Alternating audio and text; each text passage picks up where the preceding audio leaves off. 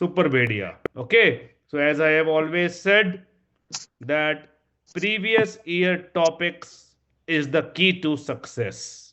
And we are going to study all the previous year topics today. And for me, as such, all of you are already a winner because you are fighting. Anyone who fights is already a winner in my opinion. So, are you ready? Sir, seen your QR.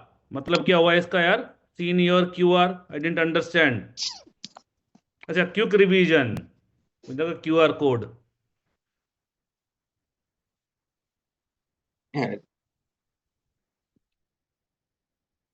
कोई समस्या थी पुरानी class से, कोई दिक्कत थी, कुछ change करना है तो you let me know. This is going to be a super fast session. Okay, this is going to be a quick revision session. तो don't consider it a regular class, consider it as a quick revision session. ठीक है.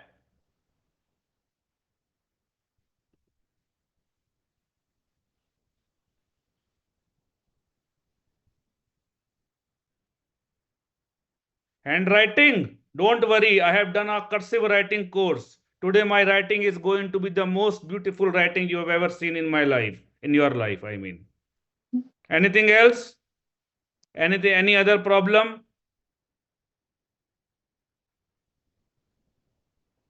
Last time soft skills. No, now I am very soft person. My handwriting is also very good.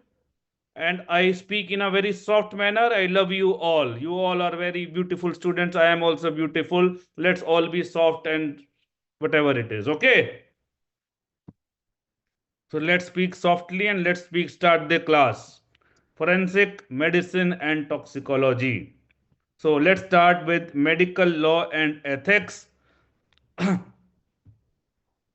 Medical ethics, moral principles. Remember this word. Medical etiquettes, conventional laws of courtesy. Medical ethics is between doctor to another doctor, patient, and community in general.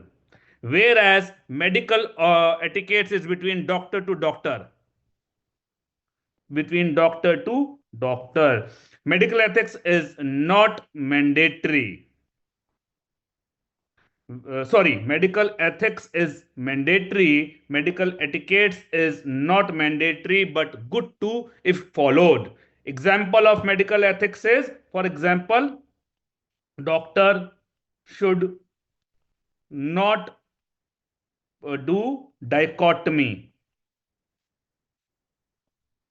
Doctor should not take referral commission. That is medical ethics. So opposite of medical ethics is infamous conduct. Infamous conduct is opposite of medical ethics.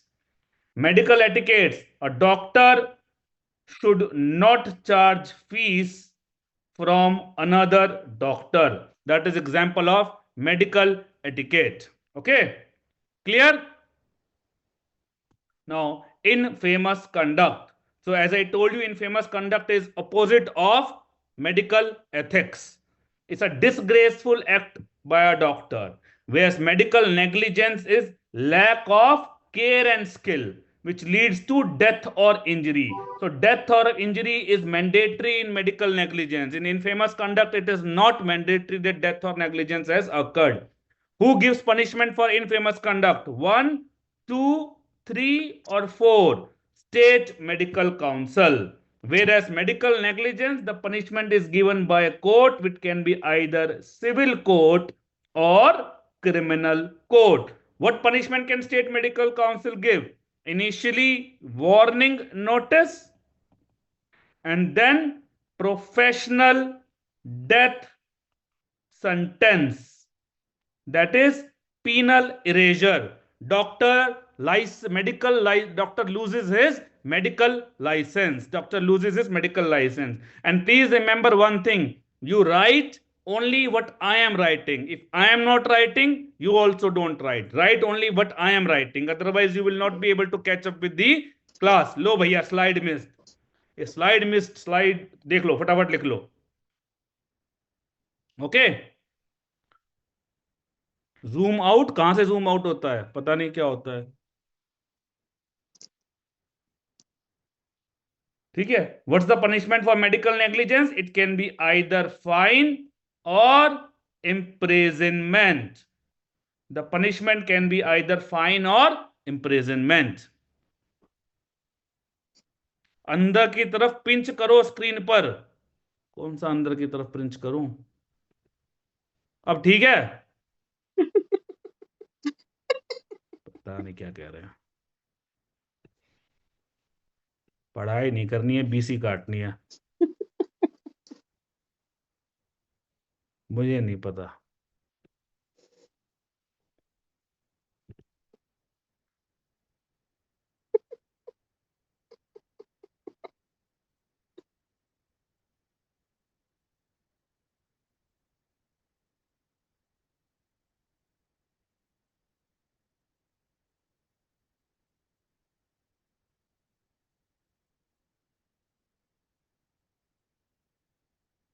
रुक जाओ एक second, इसको ठीक करने दो अभी।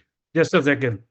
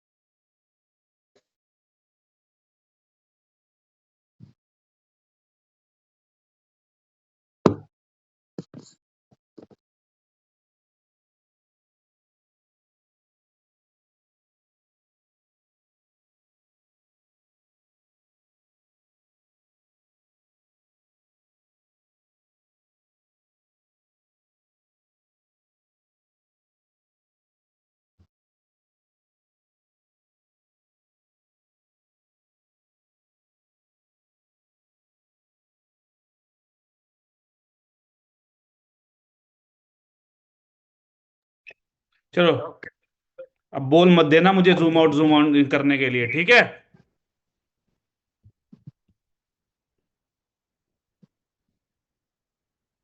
It's okay और not? ठीक है. So how much punishment, how much fine, I will tell you, don't worry. Now, so negligence can be of two types, civil negligence and criminal negligence. In civil negligence, the negligence is simple. Criminal, it is gross. In civil negligence is a simple reversible injury. Whereas criminal, it is irreversible. Who will do the trial in civil negligence? Simple, civil court. उसमें क्या है? And who will do the trial in criminal court? Criminal court, criminal negligence, criminal court. What will be the punishment for civil cases? For all civil cases, the punishment is fine. And for criminal negligence, it can be either fine or imprisonment. How much imprisonment? I will tell later on when we discuss BNS. Okay. So this is civil versus criminal negligence.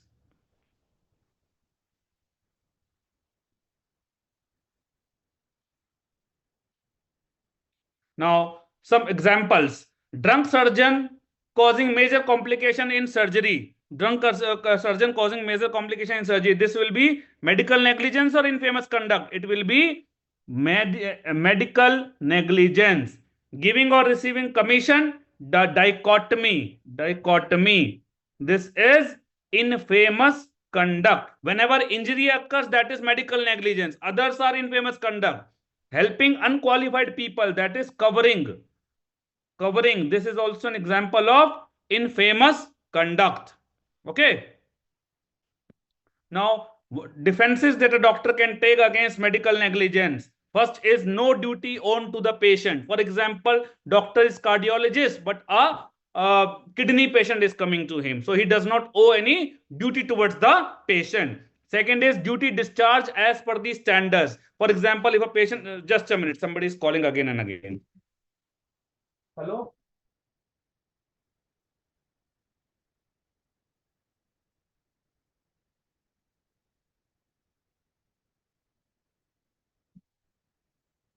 Okay, so duty discharge as per the standards. For example, if patient suffers from burns, 80% burns, whatever is written in the books, anti-tetanus, fluids, pain, all those things are given. Third is injuries which occur due to totally an unexpected side effect of the treatment. What is that? That is medical mal-occurrence or therapeutic misadventure. Okay. And again, I am saying just write what I am writing. Don't write anything else. Otherwise, you will not be able to follow. Wrong diagnosis due to atypical symptoms. That is error of judgment. हंस क्यों रहे हो भैया? अपनी बीवी से चाय मांगी है, तुम्हारी बीवी से चाय मांगी है. Patient can file civil case against doctor only within 2 years of occurrence of negligence. That is res indicata. So double I here, double A here. 2 times I. So 2 years. Okay. 5 घंटे क्लास ड्यूरेशन, 5 घंटे में कोशिश करते हैं खत्म करने के लिए. Okay. Once the case is decided by the court, it can it be filed again as a fresh case? No. Only appeal can be done. Only appeal to high court, higher court can be done. Only appeal to higher court can be done. This is called res judicata. That is doctrine of double jeopardy. So J here, J here. Patient himself volunteer, no voluntae, non-fit injuria. Voluntae, non-fit injuria. When both patient and doctor are negligent, what is that? कौन call कर रहा है? Hello, ये तुम्हें भी आते हैं ऐसे 20-20 कॉल रोज? When both patient and doctor are negligent, what is that called? Contributory negligence. Contributory negligence is a defense in civil or criminal negligence? Tell me. Civil. Doctrines related to contributory negligence. Jaldi batao. Tell me fast. One is avoidable consequences. Avoidable consequences rule. Other is, एक minute रुक जाओ, ये भी इसको tight करता हूं. Hello,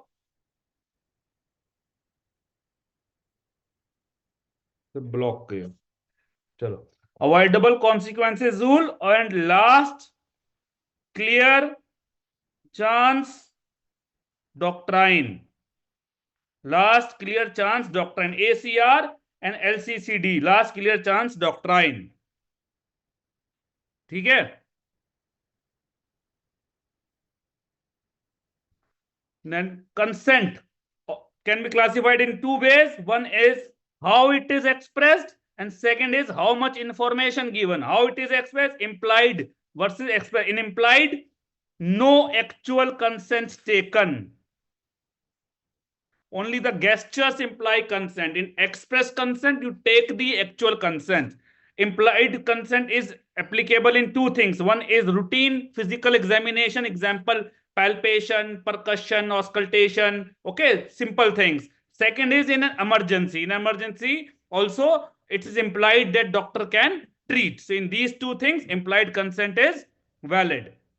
Express consent, oral and written. Oral is for minimally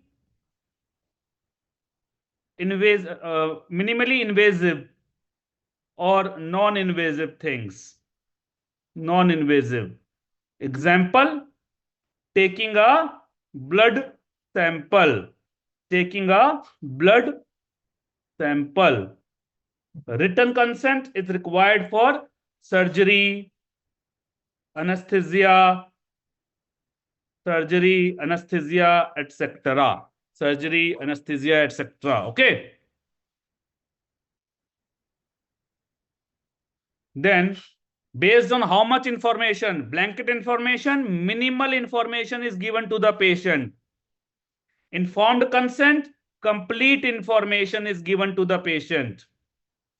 Blanket consent is usually invalid. It is usually invalid. Informed consent is a valid consent. It's a valid consent. Just a second.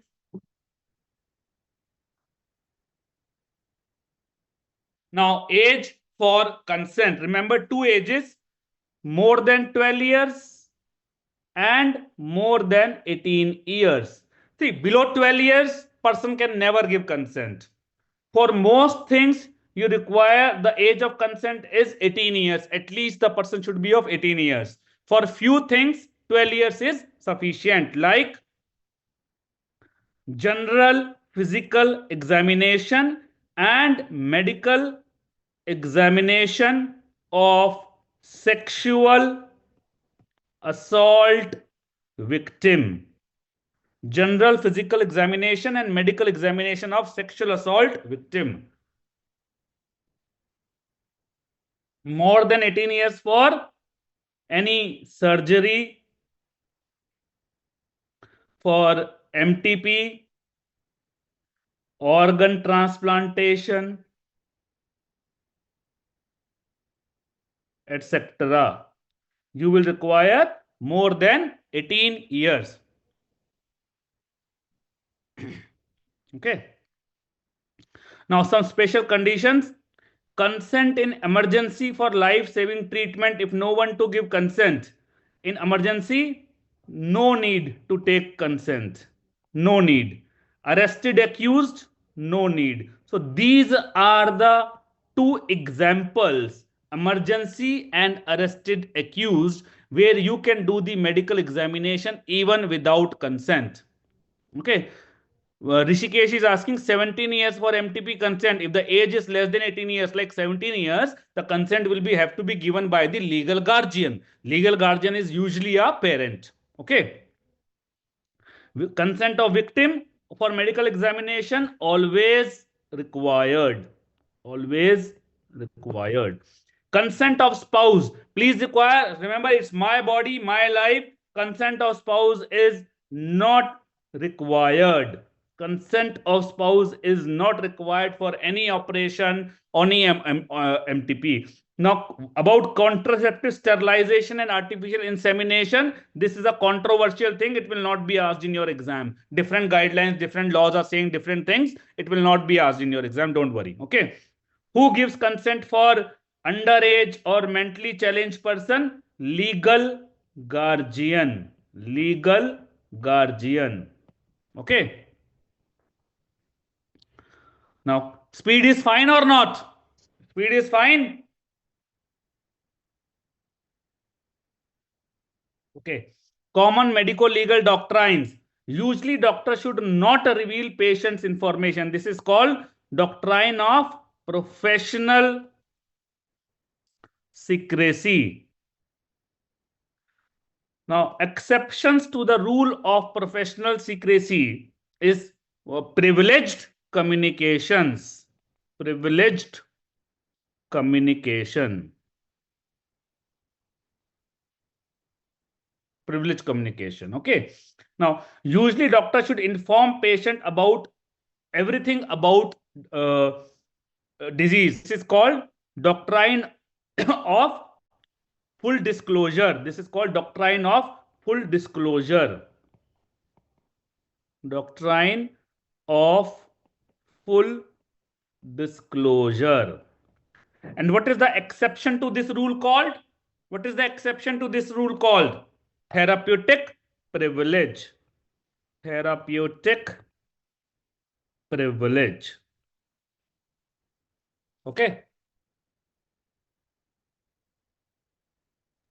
Now, patient can refuse treatment even after getting complete information. This is called doctrine of informed refusal. Doctrine of informed refusal. If hospital is at fault, what is that condition called? If hospital is at fault, corporate negligence. And if manufacturer is at fault, what is that called? Tell me. If manufacturer is at fault, products liability. Products liability. Responsibility for the act of another. Vicarious liability. Who is negligent? Employer or employee or both? Who is negligent? Last slide, please. देख लो. Who is negligent? Employer, employee or both? Employee is negligent. But who is punished? Who is punished? Both are punished. Both are punished. Vicarious liability of temporary employer. Temporary employer is called temporary employer. Borrowed servant doctrine.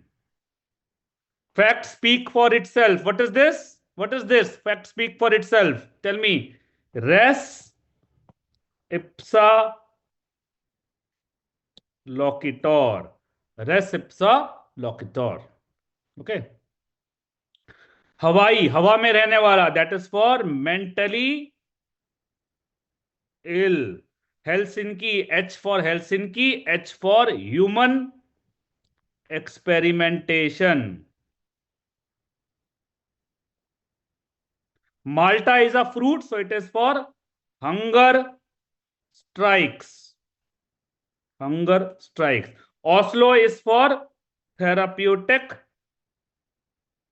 abortion. Double O here, double O here. Ottawa, Otta, Chota. So child health. child health. Okay.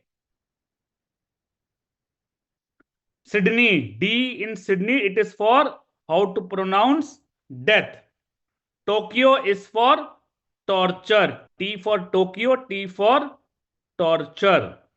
Hippocratic Oath, Declaration of Geneva, International Code of Medical Ethics. These are all related. Just a second. ये कौन है ये? Hello, ये जियो Hotstar पता नहीं कौन है ये. कर दिया. अब करके देखा phone. Hippocratic Oath, Declaration of Geneva, International Code of Medical Ethics. These are related to all medical ethics. Medical ethics. MTP के लिए स्पाउस कंसेंट नहीं लेना ना guys. Yes, you don't need to take consent of spouse for MTP. ठीक है. Legal procedures. IPC is changed to BNS 1, 2, 3. Okay, भारतीय न्याय संहिता. It deals with definition of crime and their punishment. CRPC 1, 2, 3, 1, 2, 3. CRPC 1, 2, 3, 4. It is BNSS 1, 2, 3, 4. It deals with various procedures. Example, inquest. IEA, BSA, A here, it deals with evidence. Okay. So, clear? Now, important BNS. So you don't have to, no need to remember old laws. Please remember, no need to remember old laws. Now, criminal responsibility based on age, mental intoxication, 22, 24 BNS. A person below 7 years is never punishable. Not punishable. Not. This is 20 BNS. Between 7 to 12 years, plus minus, he may or may not be. Court decides. 21. Unsound mind. This is very important. Mental illness. 22 BNS. Not punishable. Not. I will write here. Not. Okay. Who is involuntary intoxicated? 23. Not punishable. Okay. 23 not punishable. And 24, of course, 24 will be voluntary intoxication. Voluntary intoxication will be 24. Here it will be, yes, punishable. So 22, roughly you can remember that 20 to 23, it's not punishable. 24 is punishable. 22, 23 is not punishable. 24 is punishable. Understand? What was the BNS for consent? Tell me. BNS for content, all the BNS for consent. 25 to 30 BNS are for consent. But you just have to remember one, that 30 BNS is for emergency. 30 emergency. Okay, 30 emergency. Now, BNS for sexual offenses, 63 to 79. BNS for rape is 63. And sorry, for rape, it is 63 to 73. Just a second.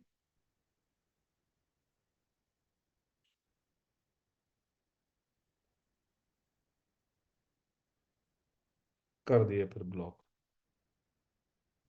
सारे block कर देते हैं. 62 to 73 is for rape. 74 to 79 are for sexual offenses other than rape. Okay. Definition of rape, 63 BNS. Punishment for rape, 64 BNS. Maximum punishment is up to 10 years. Sorry, minimum punishment. Minimum punishment is 10 years. More punishment can be, so this is an error. Minimum punishment for rape is 10 years. Okay. What's the BNS for dowry death? That's actually not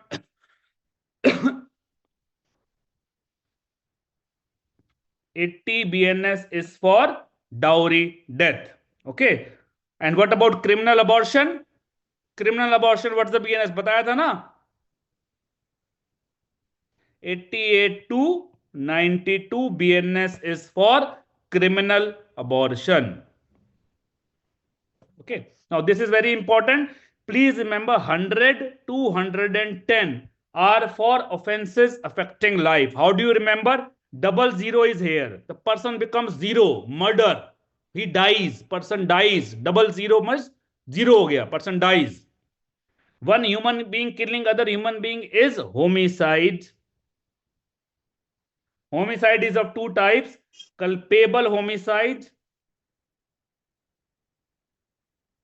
which is punishable, and justifiable homicide. Culpable homicide is, the definition is given in 100 BNS. Okay. Now, culpable homicide can be of two types.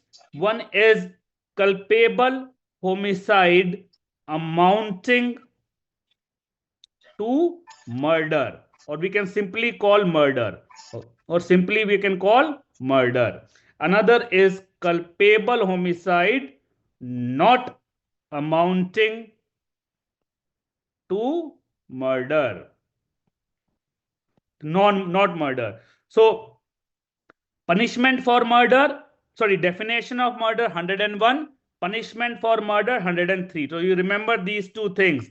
Murder 101 and 103. Always the definition will come first, then the punishment will come. Common sense. Okay. And punishment for culpable homicide not amounting to murder will be 104 BNS. 104 BNS. Clear? Understood?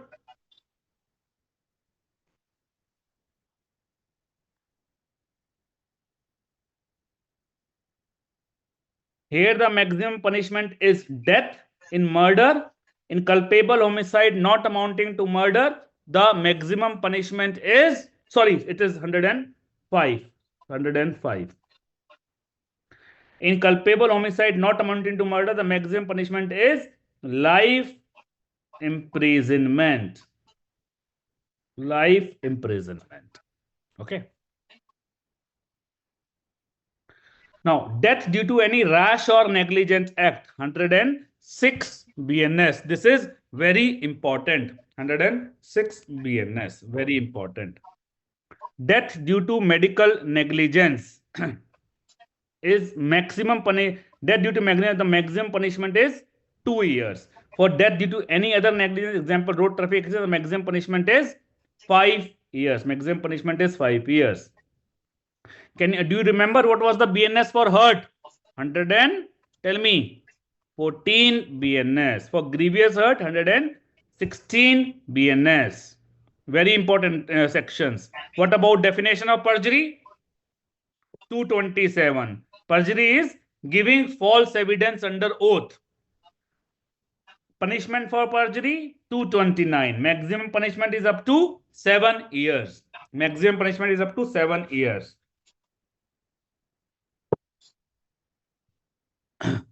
Okay. Now, Juvenile Justice Act. Who is a juvenile? Who is a juvenile? Any person below the age of 18 years. Please remember, now they have started asking question on BNS. So these are selected BNS which I am telling. So these you have to remember. There are so many BNS. So I am telling you only the selected ones. Can a juvenile be sent to a routine adult prison? No. Can a juvenile be given death punishment? No. What's the maximum years of punishment that can be given to juvenile? Tell me. What's the maximum years? 3 years. Yeah. If a 17-year-old boy commits murder, can he be given the same punishment as that of an adult? Yes or no? Yes. Why? Because there was an amendment. according to which if a person is between 16 to 18 years and he commits a heinous crime. What's a heinous crime? Any crime whose punishment is more than 7 years. That is a heinous crime. Example, rape, murder, etc. There the same punishment will be given as that of an adult. So, juvenile justice board consists of one magistrate and two social workers. Gender, in magistrate we don't have so many gender, magistrate, female magistrate, so any gender. Social worker, at least one woman. Magistrate has to be of first class judicial magistrate. What about social worker? Any person who has a experience or qualification in psychology, health, etc. Psychology, health, etc. Okay. Last slide. Read, write. Sandeep Bhatt. लिख लो. Clear? Now, important BNSS. 2 BNSS is for classification of offenses. Okay. For example, there are 3 ways in which the offenses are classified. One is when bail always given, that is a bailable offense. Other will be non-bailable. Warrant required to arrest, then it is a cognizable offense. Non-cognizable offense, sorry. It will be a non-cognizable offense. Any crime with punishment less than 2 years, that is a summons case. Summons case. So please remember, bailable, bailable. So you can remember like this, BNS. BNS is less serious. BNS is less serious. Others are more serious. This is how you can remember. BNS is less serious.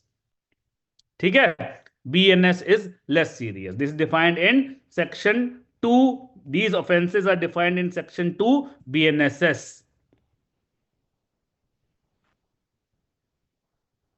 As per 33 BNSS, if you come to know about any major crime, you have to inform the police or magistrate. That's the reason we have to make medical legal cases and inform the police.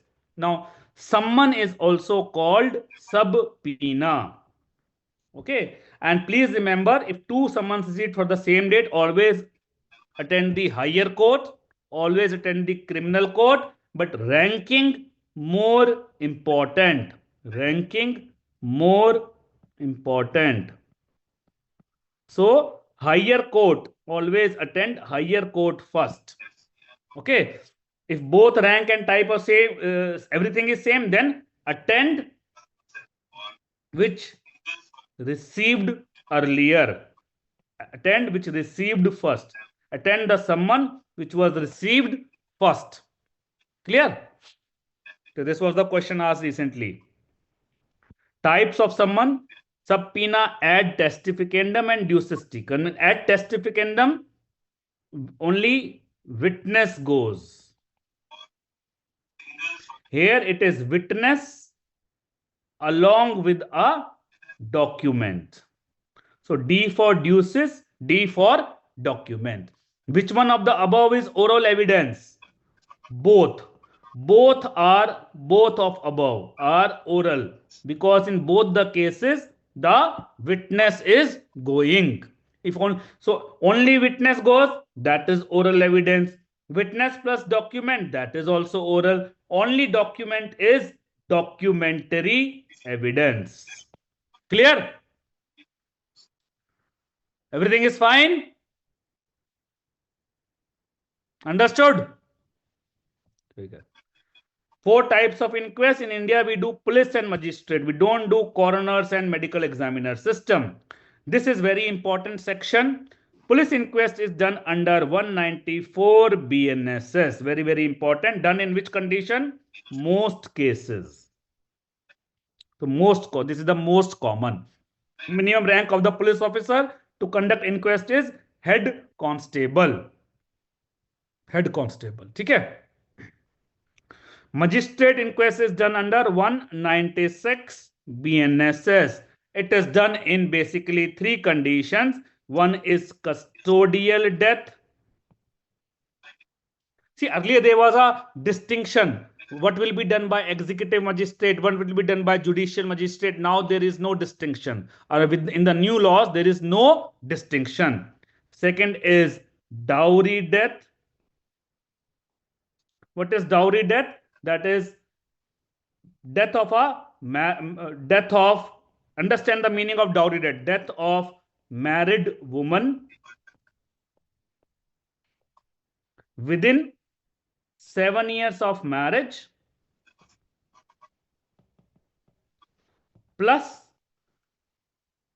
the death has been unnatural,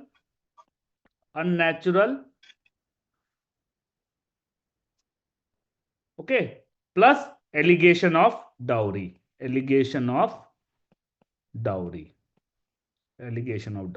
When these four components are met, death of a married woman within 7 years of marriage and the death is unnatural and there is not due to some natural disease and there is an allegation of dowry, then it is called dowry death.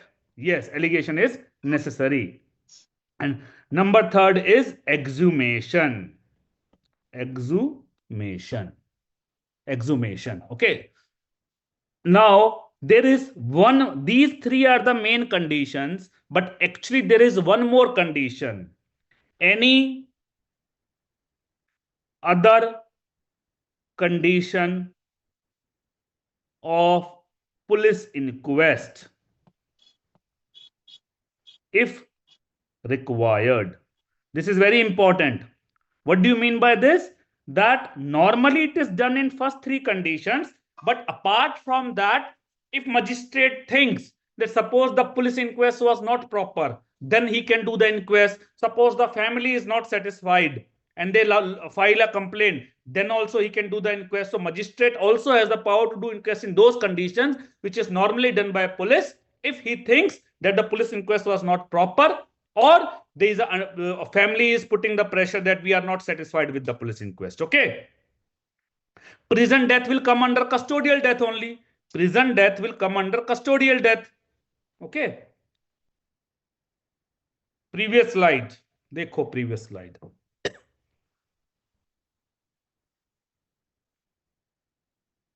Okay. Any question? I hope you are with me. All fine? What to choose? Okay. Inquest procedure. Police receives death information and the police officer has to intimate executive magistrate for which kind of cases? Which kind of exhumation meaning? Exhumation means digging out of already buried bodies.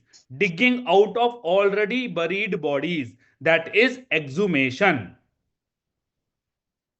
Sir, no need to know the roles of executive and judicial magistrate. So in the current laws, the distinction, earlier there was a distinction that few deaths inquest will be done by executive and custodial by the judicial. Now there is no distinction. Okay. So what kind of deaths IU has to inform to executive magistrate? All. Information is to all. Inform. IU goes to the place of death. IU holds inquiry in the presence of how many witnesses? 2 witnesses. If the witness is not cooperating, can IU summon them to police station? Can IU has the power to summon? Yes. Panchnama, then a panchnama. Panchnama is prepared. Then the police prepares a panchnama, and this panchnama is also called inquest report. This panchnama is also called inquest report. If there is no suspicion, then case closed. If there is a suspicion, then the body is sent for post-mortem examination. Who decides if post-mortem has to be done? Can doctor decide? Can doctor decide or not? No. The IO decides. IO decides. Doctor hands over the body to, doctor will give it to the IO. IO will give it back to the relatives. Because doctor received it from the IO only, so IO, doctor will give it back to the IO. IO means investigating officer. IO means investigating officer. Doctor received the dead body from investigating officer, so he will return it back to the investigating officer. And investigating officer will give it to the relatives. And the inquest report is forwarded by IO to the executive magistrate. Executive magistrate. Clear? Last slide. देख लो यार last slide.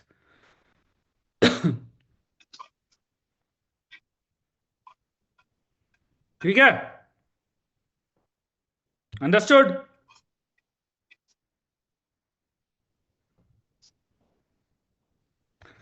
Now, dying declaration versus dying deposition. Which one is, so in India, anybody can declare anything. In India, anybody can declare anything. So in India, declaration is done, not the dying deposition. All these things are not a part of dying declaration, but a part of dying deposition. Dying declaration can be recorded by anyone, but preferably magistrate. Dying deposition can be recorded by only magistrate. Dying declaration is considered a kind of documentary evidence because the cross questioning is not done. Dying deposition is considered a kind of oral evidence because cross questioning is done. If dying deposition, if the victim survives, it has full value because cross questioning was done. If the dying declaration, because it was not done in a proper manner, dying declaration was not done in a proper manner, just a second. Because dying declaration was not done in a proper manner, so it will have little bit corroborative value only. If little bit corroborative value is not given in the choice, then you can mark no value as the answer. Then you can mark no value as the answer. Because victim will have to come and give oral evidence in the court. So there will be little, so at the maximum, there can be little bit corroborative value or no value at all. Okay. Understood? See, whether your earlier preparation, even if your earlier preparation was not very good, I am telling you, if you're attentive and you attend the full class, many questions are going to come from this. And don't worry, even if your preparation was not very good. We are human beings. Okay, it may happen that because of some reason, suppose if you are not able to prepare well for any reason, then also be attentive in these quick revision classes. Here in a crash course, you can get so many questions to solve in just by studying for 5 hours. So why to feel discouraged? ठीक है?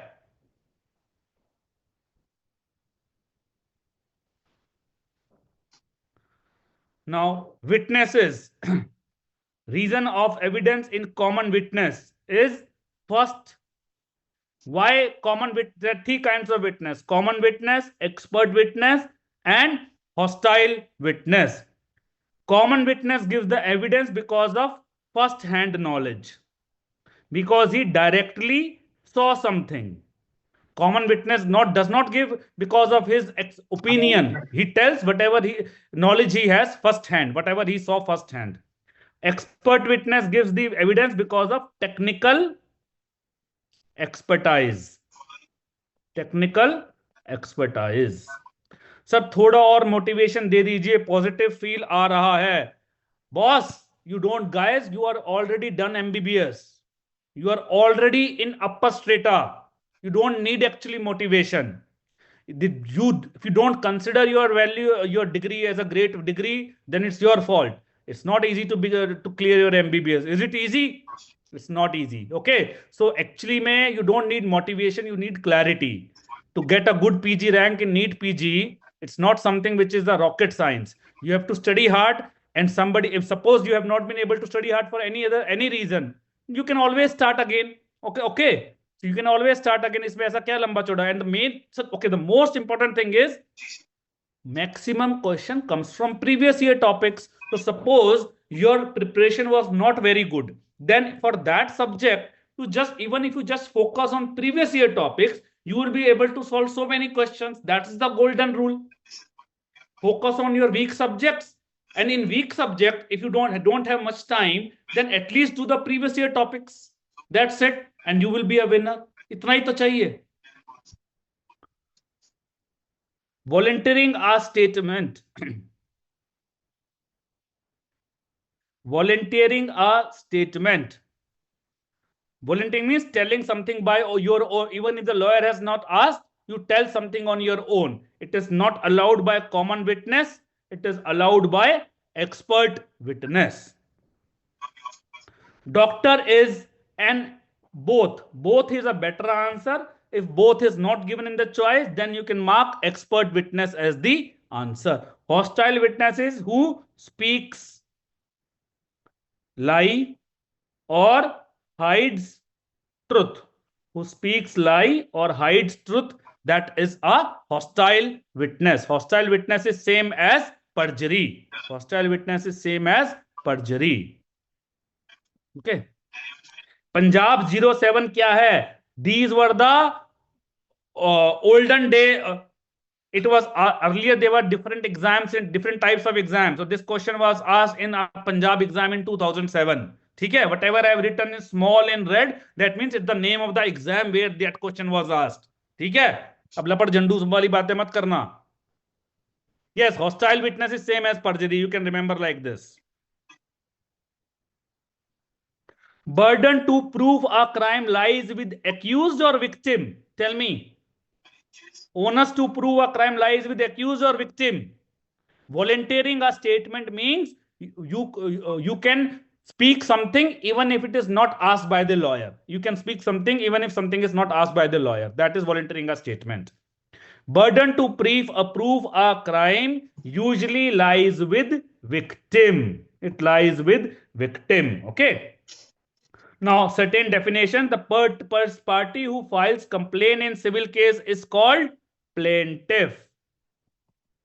Plaintiff. So usually patient files case against doctor. So P for patient, P for plaintiff. Party against whom the case is filed, that is called defendant. So usually patient files case against doctor. So doctor. Example, doctor. D for doctor, D for defendant. Government lawyer for the victim. Government is always for the victim. Government lawyer for the victim is called public prosecutor. Lawyer for the accused is called defense lawyer. Lawyer for the accused is called defense lawyer. Okay.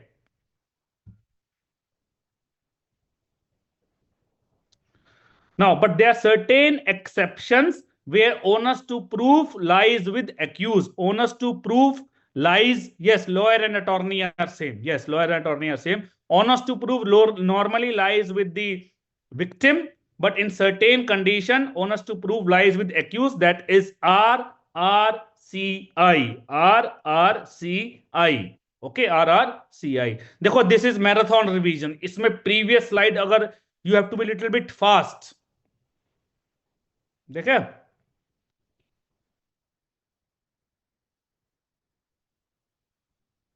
Okay. Now classification of evidence can be of two ways, based on how it is produced, and other is strength of evidence.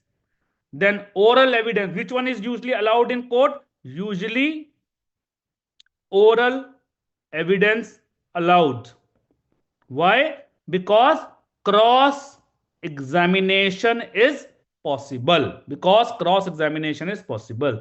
Documentary evidence is allowed only in few cases where suppose it's not possible to call the witness. For example, dying declaration, because the witness is dead. Second is when the findings are very, very objective. There is nothing to discuss. For example, toxicology report, then poisoning report, chemical report, chemical analysis report, chemical analysis report, because very, very objective findings, fingerprinting report, fingerprinting or report, or DNA fingerprinting, DNA report, because there is nothing to discuss. It's present or not, absent or not. Okay.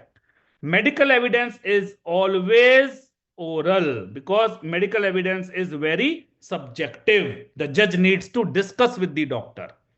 Lawyers need to discuss with the doctor. Okay. This is the classification of evidence based on how it is produced in the court. The second is based on the strength of evidence. There are two kinds. One is the absolute proof. She saw the accused killing the victim. This is direct evidence. And other is indirect evidence. Indirect evidence is of further two types. Indirect evidence is of further two types. One is circumstantial evidence. Okay, so it's not 100% proof, but she saw the accused with the weapon. She did not saw him killing, but she saw him with the weapon. And if the information is only second hand, for example, she tells this to the other lady, Janvi Kapoor. This lady does not have any information on his own. Somebody has just told her. Second hand information. Suni sunai baat. That is hearsay. It is usually invalid. Usually invalid. Okay, usually invalid.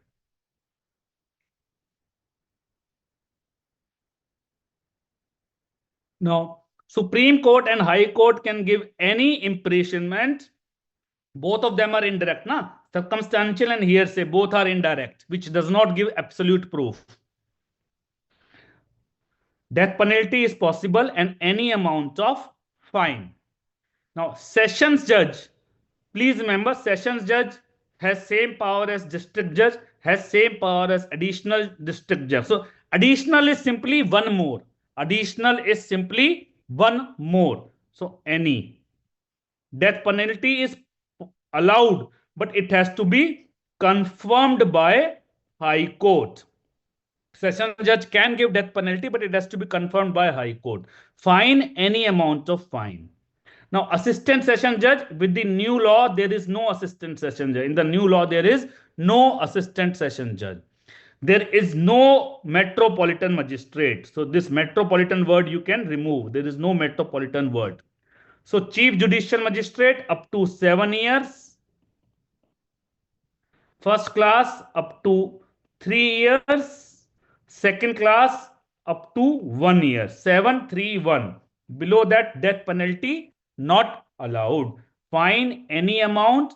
Here up to first class up to 50,000 rupees. And then up to 10,000 rupees. So second class is the junior most. But MCQ show in app, sir. तो भूल जाओ उसको. MCQ will get updated in some time. ठीक है? Life is not perfect. To 15,000 rupees, second class is up to 10,000. So in your app, in your books, if you get questions on older IPCs, you don't have to do them. Common sense. This is common sense, no? When your Gurudev is telling, you don't have to remember. That means you don't even have to do the questions, even if they come on app or in some book, the older law question. It will take some time to update. There is no assistant session judge now. Okay? There is no assistant session judge. There is no metropolitan magistrate now. Okay? Oath. A person below 12 years not required to take oath. Then we have examination in chief, direct examination. It is done by the same lawyer who summoned the witness. Summoned witness. So here it is usually which lawyer? Public prosecutor. Cross examination done by the lawyer of opposite party. So that is usually defense lawyer. Defense lawyer. Re-examination, same as that of same same as of examination in chief. Same as that of examination in chief. Main purpose of examination in chief is to get favorable evidence. To get favorable evidence. Main purpose of cross examination, to prove witness is wrong. Re-examination, to clarify any doubt from cross examination. To clarify any doubt from cross examination is the purpose of re-examination. Okay. Understood?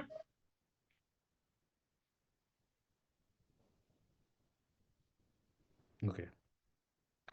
Questions by a judge is called court question. They can ask questions at any time. And there is no time limit for these. There is no time limit. There is no time limit.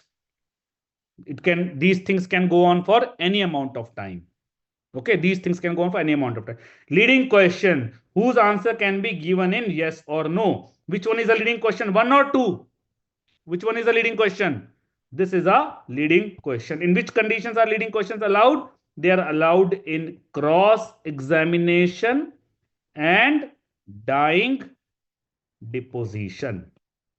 Exceptions when leading questions can be allowed even in examination in chief if witness turns hostile. If witness turns hostile. Okay.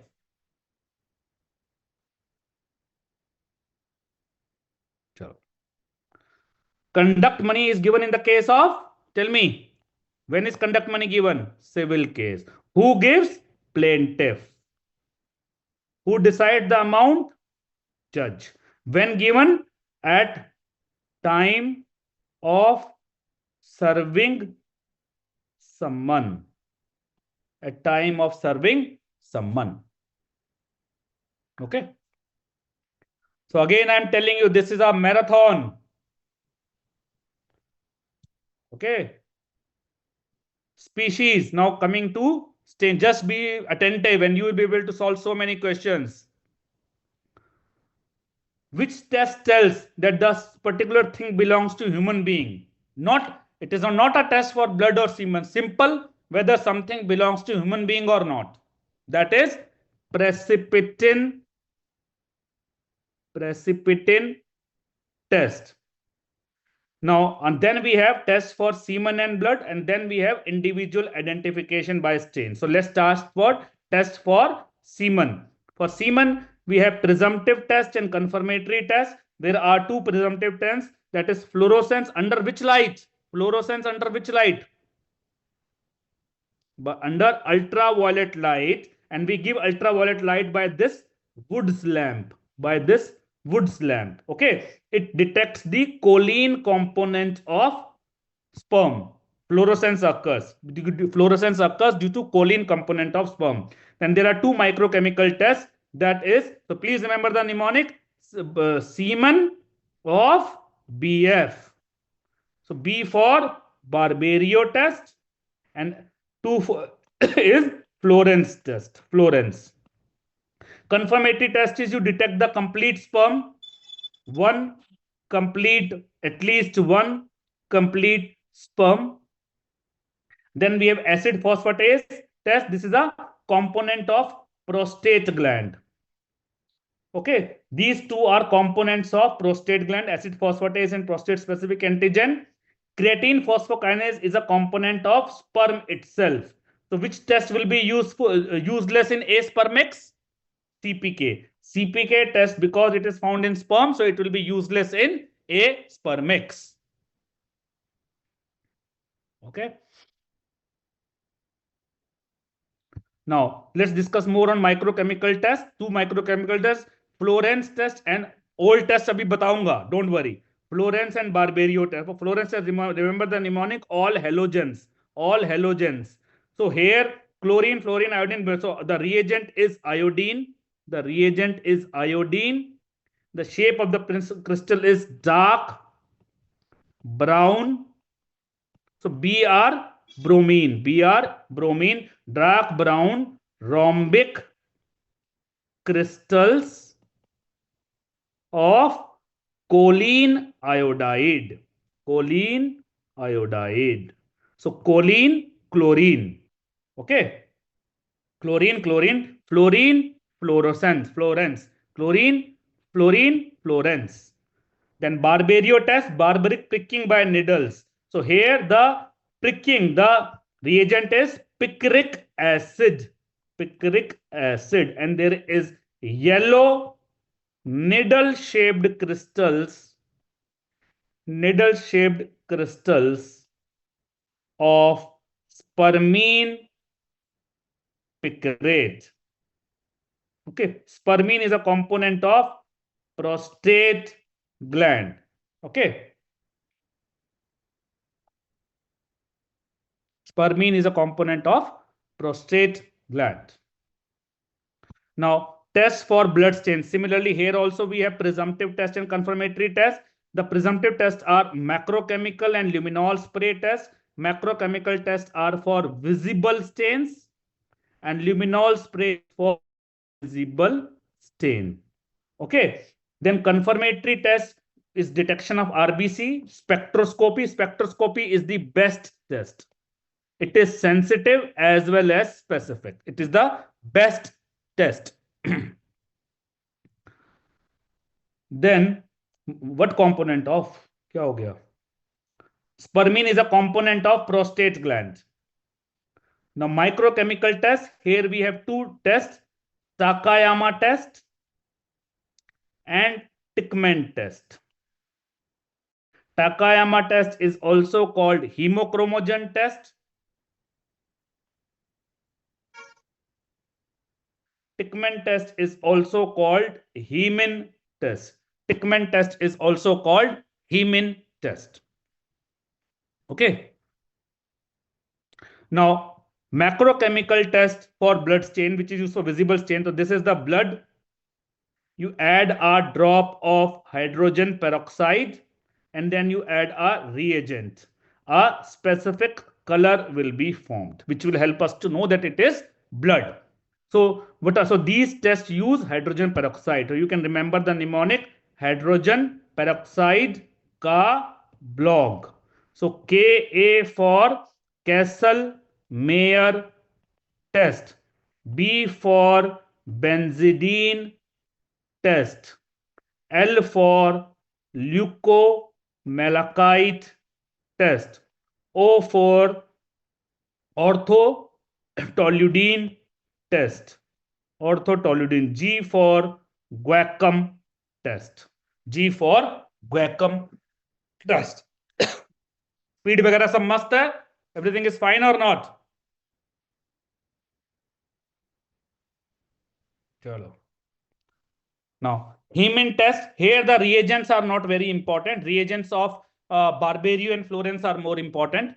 So here Hemin test has similar crystals like that of fluorens test. Dark brown rhombic crystals. Dark brown rhombic crystals of hematine chloride. Hematine chloride, similar to fluorens. Hemochromogens, pink feathery crystals of hemochromogen. So why here? Why here? Okay, why here and why here? Clear?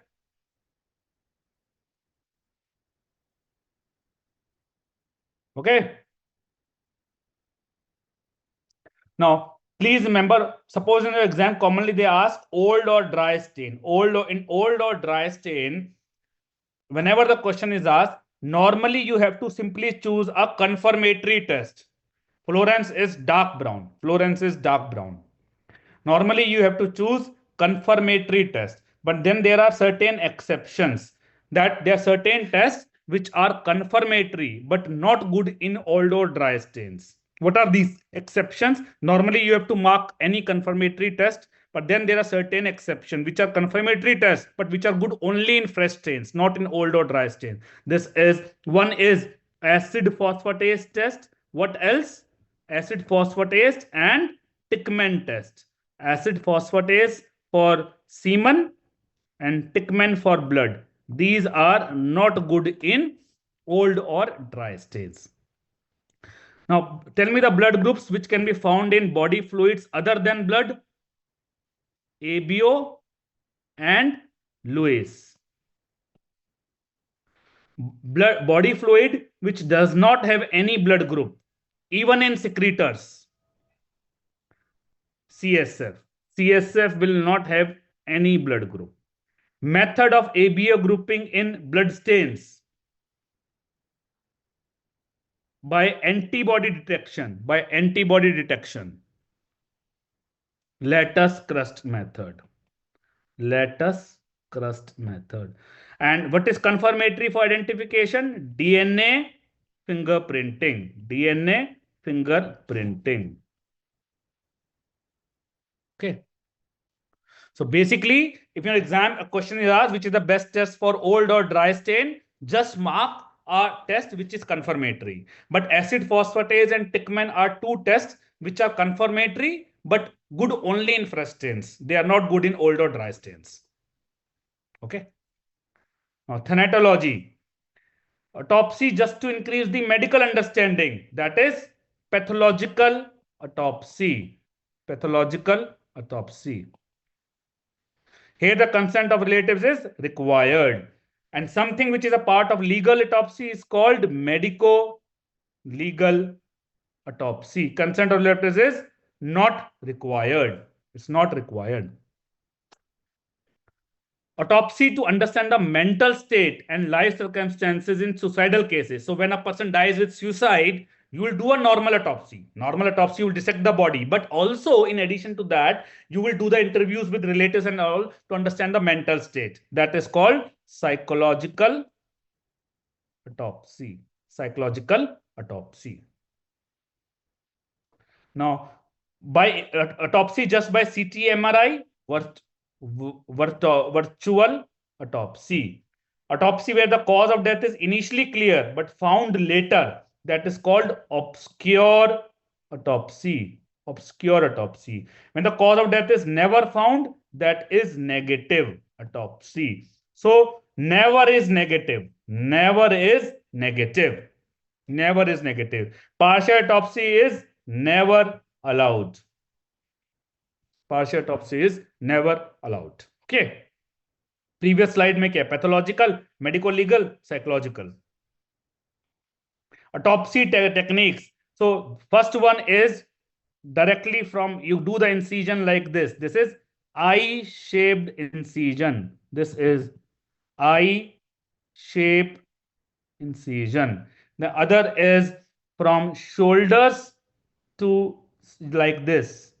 This is T-shape. And third one is from below the breast, like this you go. Then you go like this. This is Y shape. And then when you go simply like this is modified Y. Modified Y. How do you remember? M for modified, M for near mouth. M for modified, M for near mouth. Modified Y is the best for asphyxial death. They are best for asphyxial death because we can open the neck structures. Then we have inverted Y. Inverted Y. It is best for infants because the umbilical vessels are preserved. I for inverted, I for infants. Okay. Now, when everything is taken out together, L Letule. So Letule is luteale, large, luteale, everything together, all together. Then it is also called NMAS. Okay, L for Letule, L for large, L for Lutule. Separate block, every block separately, this separately, this separately, this separately. This is GONS. N block, also called N block. N block. Then one by one. Va for one, va for virtuos. Va for one, va for virtuos. Then dissected in situ. S here. So that is Rocky Tensky. So S here, S here. Rocky Tensky is done in case of example HIV, etc. to prevent infection. Virtuos is the most common type. Letule is done in infants. Letule is done in infants. Okay. Body preserved at what temperature? Normally the body is preserved at 4 degrees Celsius, but if for long time, then the body is preserved at minus 20 degrees Celsius. Body is always embalmed after autopsy, so that it does not interfere with the findings. Sequence of cavity at always, cranium is always first in both. Cranium, so in adult it is simple, top to bottom. Cranium, chest, abdomen. But in infants also cranium, but after cranium there is abdomen and then chest. So that to look at the level of diaphragm. Before respiration, diaphragm is above 4th to 5th rib level. 4th to 5th rib level. After that it comes down 6th to 7th rib level. Okay. Just a second.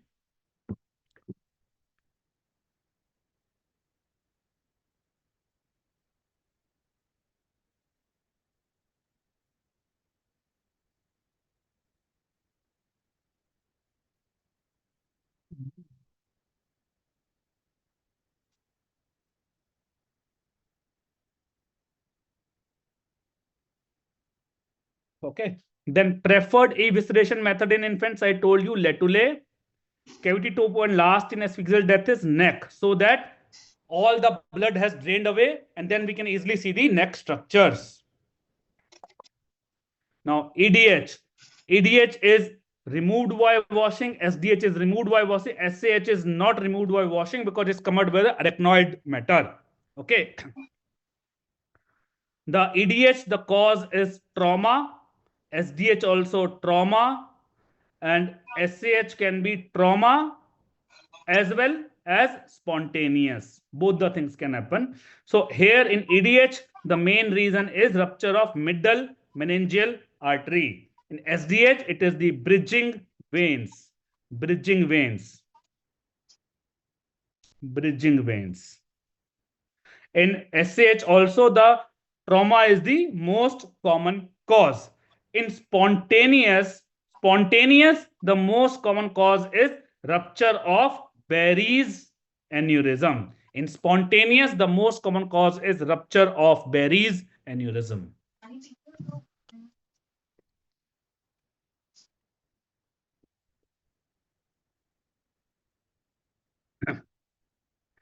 Hemorrhage, which is always associated with skull fracture, is EDH. Intracranial hemorrhage limited by sutures, common sense, EDH, because dura mater is attached to the sutures. Intracranial hemorrhage associated with lucid interval, this is also EDH mostly. Sometimes it can be SDH. Most common hemorrhage after head injury and most common head injury leading to death, most common is SDH. Most common is SDH.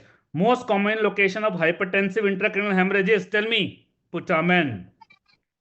Basal ganglia. Okay. Basal ganglia. Head injury with where the CT scan is normal, but the person is very ill. CT scan is normal, die. Here MRI can show some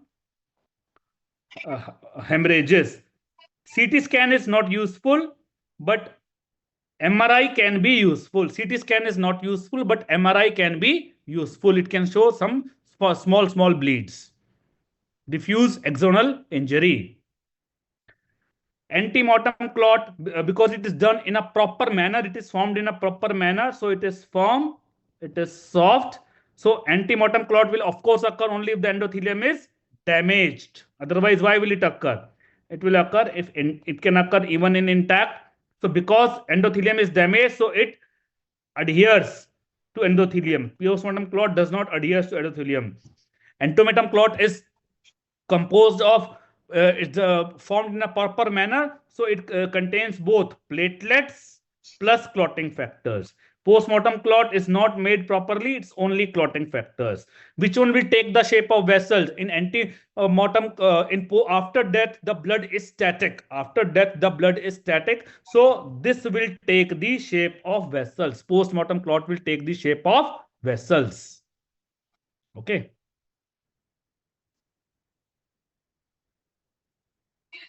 Now, antemortem clot is reddish in color. Postmortem clot is of two types.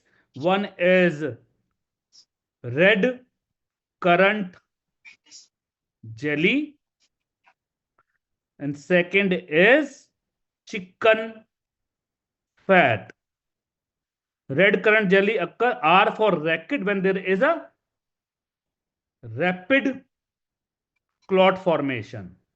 R for rapid, R for red currant jelly. It is simple red in color like antemortem. It is simple red in color. Chicken fat, it occurs when the clotting occurs slowly. It has two layers.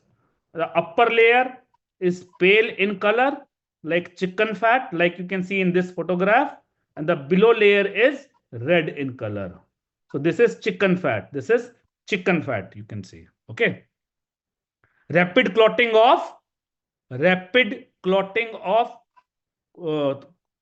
clotting occurs rapidly. When the clotting occurs rapidly, red currant jelly occurs. When the clotting occurs slowly, then chicken fat is formed. Okay. When the clotting, postmortem staining versus bruise bhi karwa dunga, don't worry. Okay. Then I would in other chapter, no, that will I will do in the injuries chapter. वो अभी से कहाँ से आ गया?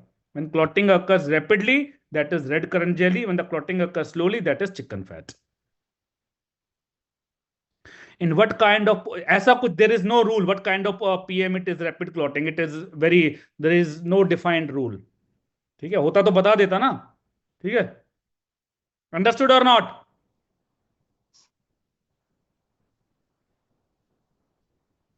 Okay. Exhumation. What's the time limit? No limit. Ideal time to start exhumation is early morning.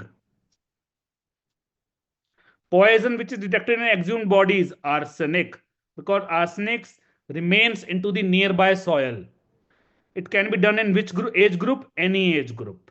Any age group. Suspended animation persists for how much time?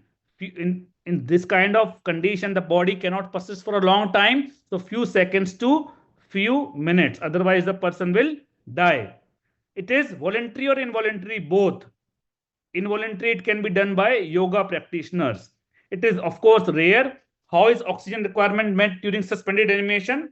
By the little bit oxygen which is dissolved in body fluids. With a little bit oxygen which is dissolved in body fluids. Suspended animation is when the person is neither fully died nor fully alive. So this is very commonly asked. This you have to ratify. Okay, A, B, C, D, E, F, then S and yoga practitioners. This is more of ratification commonly asked in your exams. Okay. So initial death is somatic death. After 1 to 2 hours, cellular death occurs, also called molecular death. Bishop's tripod of life is also called atria mortis. This is also called atria mortis. It is combination of three things: heart, respiration, and brain. It is combination of three things: heart, respiration, and brain is called Bishop's tripod. Okay. Bishop's tripod. So voluntary is done by yoga practitioner. Yes. यहाँ थोड़ा गड़बड़ हो गया. Yes. Voluntary is done by yoga practitioners. Okay. So manner of death means death is natural or unnatural. If it is unnatural, that is suicide, accident, or homicide. Mode of death is Bichet criteria. If the main organ affected is brain, then the mode of death is coma. If the main organ affected is heart, then the mode of death is syncope. Main organ affected is respiratory system, the mode of death is lungs. Okay.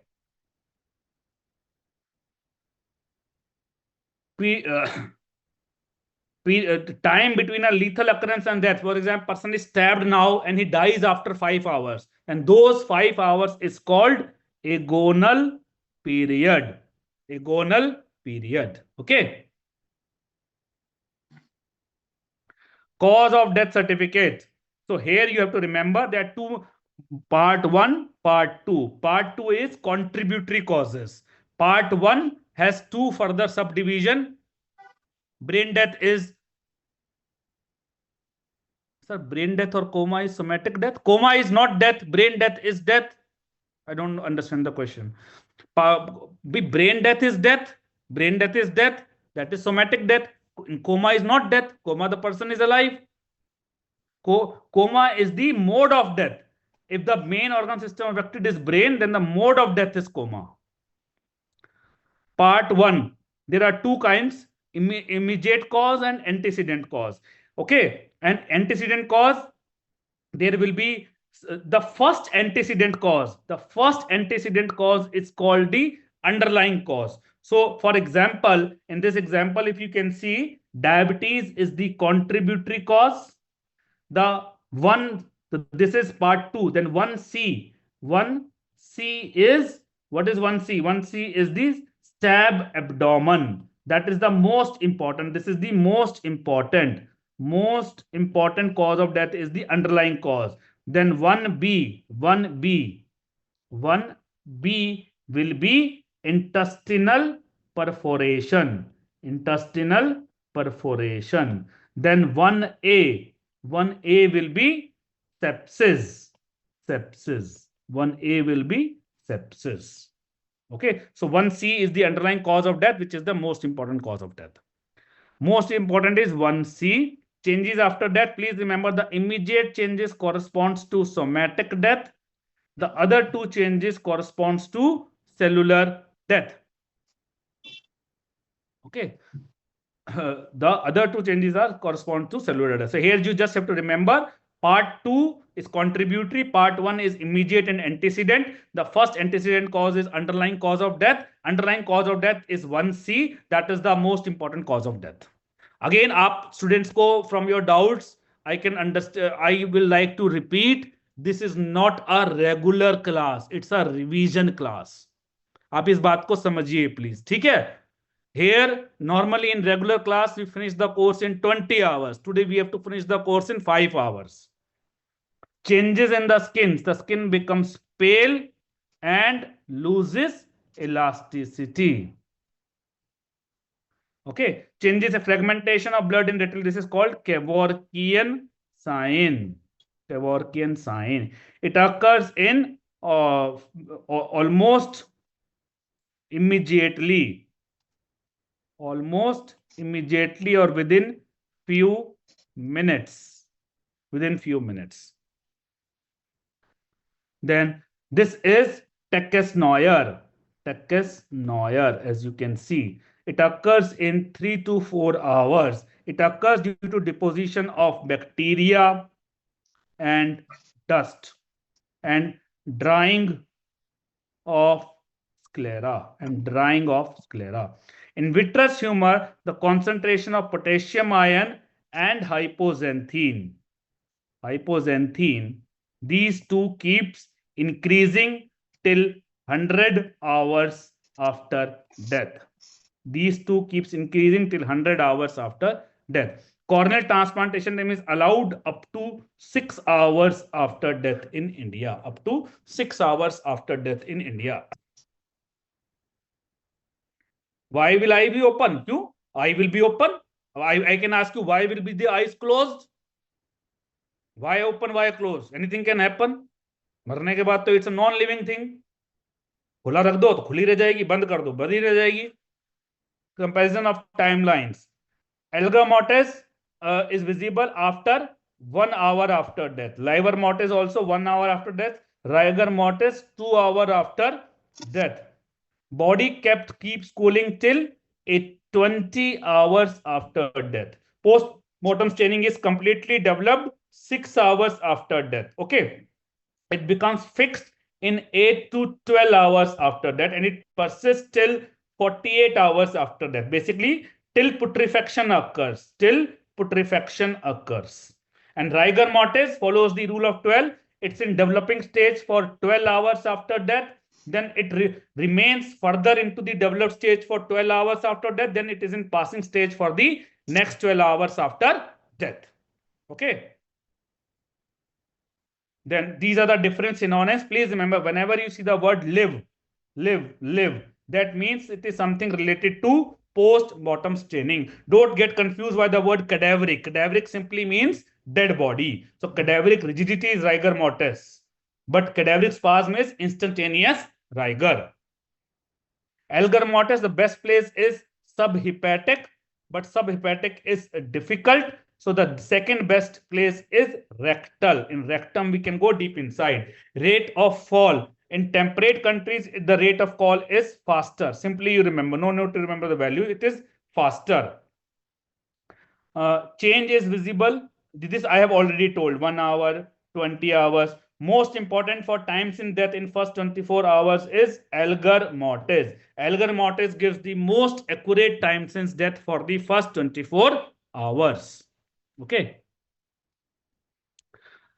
Graph of cooling is like this. So it is sigmoid shape, also called inverted S. So 1 and 4 are correct. It is in sigmoid shape or inverted S shape. Then exceptions where the body temperature normally cooling occurs, but when the body temperature remains high, that is called post-mortem caloricity. It occurs in when the heat regulation is disturbed, for example, pontine hemorrhage, sunstroke, then heat production due to convulsions, for example, strychnine poisoning, tetanus, bacterial activity, for example, sepsis, or when there is a very high environmental temperature. Just a second.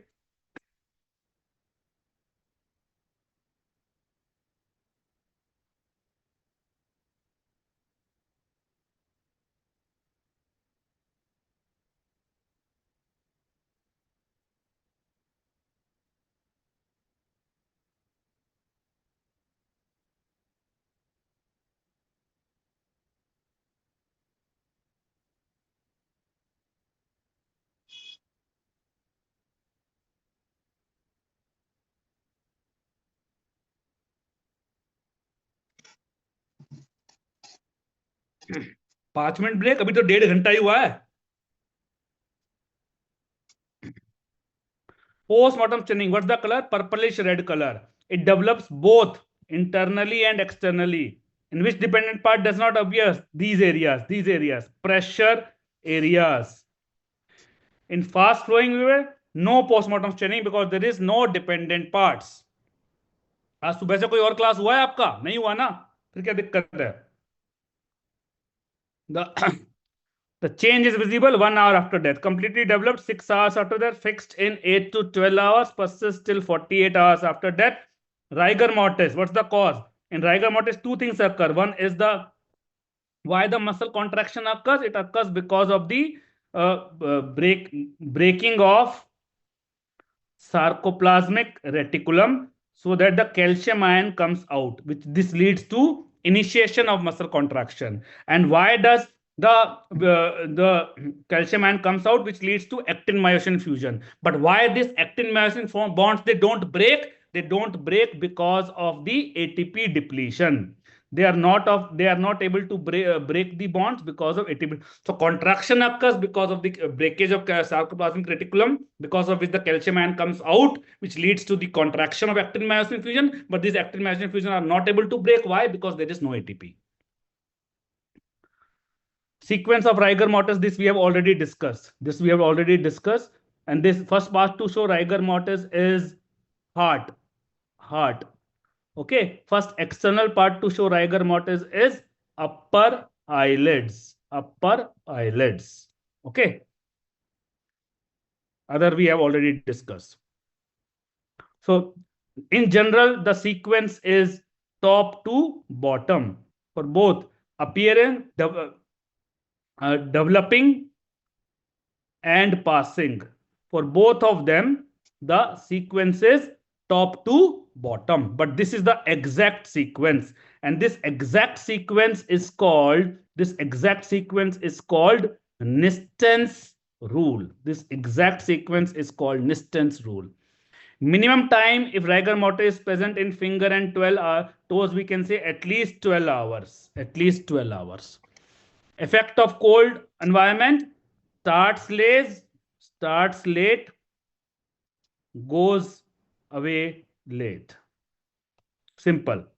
It comes late, but remains for a long time, so it goes away late. Starts late, goes late. Okay. These are the 4 conditions which look similar to rigor mortis. The maximum intensity of stiffness is in cadaveric spasm. Minimum is in gas stiffening. Heat stiffening, it occurs due to heat coagulation of muscle proteins by heat. It occurs when the body temperature is above 65 degrees Celsius. So limbs are flexed and hands are hooked like a claw. There is no sequence. It occurs in both ante-mortem and post-mortem burns. Will rigor mortis occur? No, because the muscles are damaged.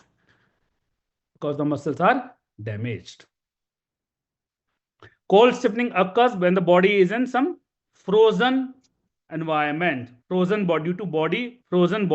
It occurs due to frozen body fluids. Character differentiating feature is a crepitus occurs on moving the joint.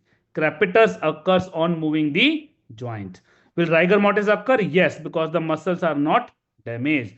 Gas stiffening, the cause is putrefactive gases. Characteristic feature is, one is that the findings of putrefaction findings will be there. Second thing will be limbs can be moved easily. Okay. Now, cadaveric spasm occurs immediately after death. The muscles involved are only hands. Mechanism is not known. Medical legal importance is it gives us the manner of death, as well as you can see in this photograph, and it also gives us the cause of death, as you can see in this photograph. Medical legal importance of rigor mortis is time since death. Speed is fine.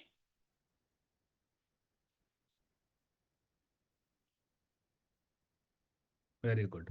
Late changes, decomposition, the body is destroyed. Other two, the body remains preserved. Mechanism of putrefaction, there are 2 mechanisms. One is autolysis by the body enzymes. Second is by the microorganisms, especially which microorganism? The gut bacteria.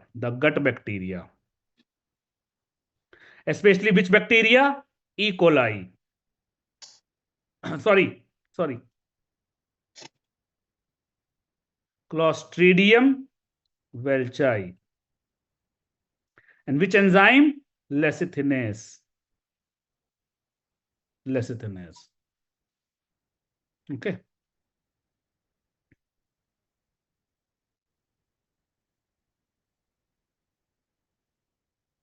Now, factors affecting the rate of putrefaction is Casper dictum. So it is AWL. L for land, L for least. You remember like this. L for land, L for least. So putrefaction rate is minimum in land, AWL, and fastest in air. Fastest in air. So suppose the rate of putrefaction in air is suppose Y, then it will be Y upon 2 in water and Y upon 8 in land. Okay. Timelines of putrefaction. The pigment responsible for greenish discoloration is sulf-met hemoglobin. Now, after 12 hours, the putrefaction starts. The first sign of putrefaction is reddish brown discoloration of inner wall of aorta. Inner wall of aorta. Okay, that's the first sign of putrefaction, reddish brown discoloration of inner wall of aorta. The second sign of putrefaction is greenish discoloration of under surface of liver. And the third sign of putrefaction is greenish discoloration of right iliac fossa. Okay. After 36 hours, very important change occurs, which will change marbling. After 1 week, liquefaction starts. Most of the organs liquefy in 1 week. In 1 month, skeletonization occurs. Skeletonization means that only skeleton remains. Only skeleton remains.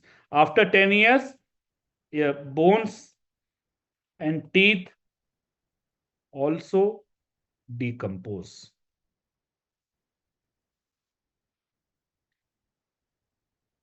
Okay. Bones and teeth also decompose after 10 years.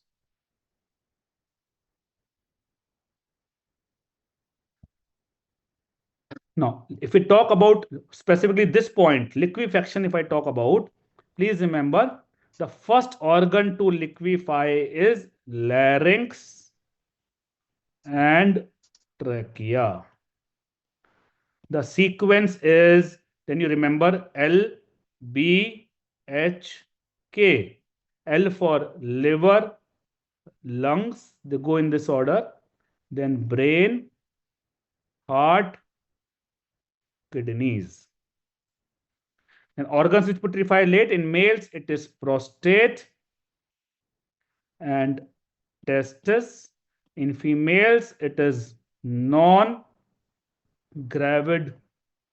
uterus and ovaries. Non-gravid uterus and ovaries. Okay. So this is marbling. You can see, and this you can see is the foamy liver. Foamy liver, also called honey, also called honeycomb liver, which occurs due to putrefaction. It occurs due to putrefaction. Okay, because of the gases going inside. Because of the gases going inside. Adipocere. Why does adipocere occurs? Because the fats get converted to fatty acids. These fatty acids combine with the body calcium to form soaps. Soaps. Soap-like structure. That is called, so it is also called saponification. Saponification. Okay. Mummification is simply drying of body. Body becomes completely dry. So adipocere has mild to moderate odor, mild to moderate offensive order. Mummification is odorless.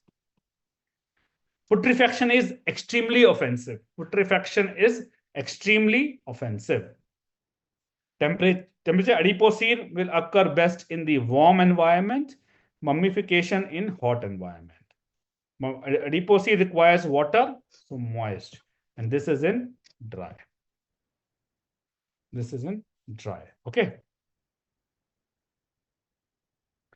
Free air movement retards adipocere because it will dry the water. It helps mummification because it helps in evaporation. Time required 3 weeks to 3 months. Mummification is 3 months to 1 year. I will give you one suggestion. When it comes to the timelines, it will be very variable from one book to another book. We can't help that. So don't waste too much of time in remembering the timelines.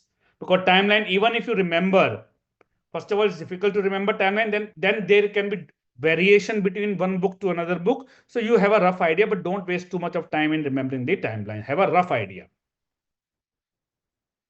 Yes, mummy takes time. Yes. Adipocere, when fresh, how do you remember? If the image comes, it will be moist and shiny. That's the main hallmark feature, moist and shiny. Okay, whereas mummification, you will see the thin, brownish and dry body. Thin, brown and dry body.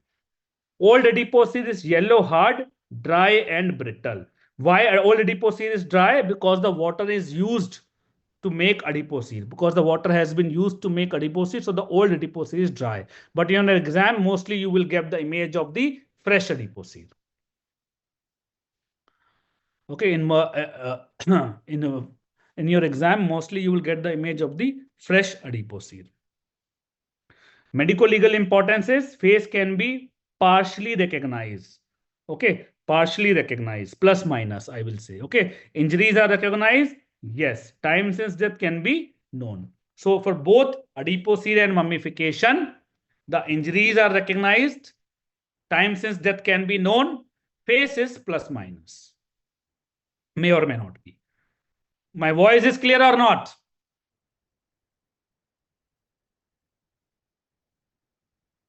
Somebody is saying lag, somebody is saying it's clear.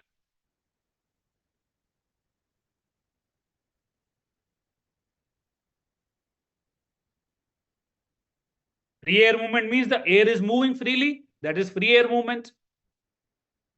Okay. So people are asking for break. So let's give them 5-minute break. It is 7:15. Let's meet at 7:20. Okay. Sharp 7:20.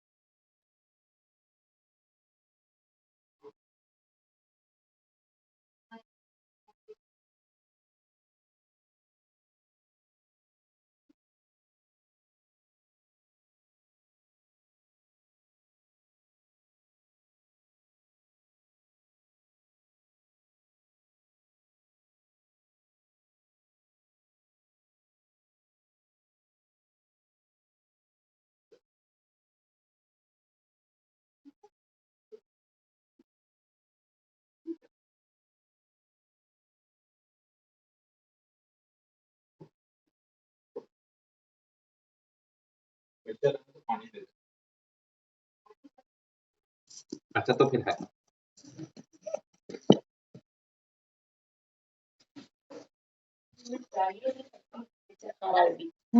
ये देखो वाह आज बड़ा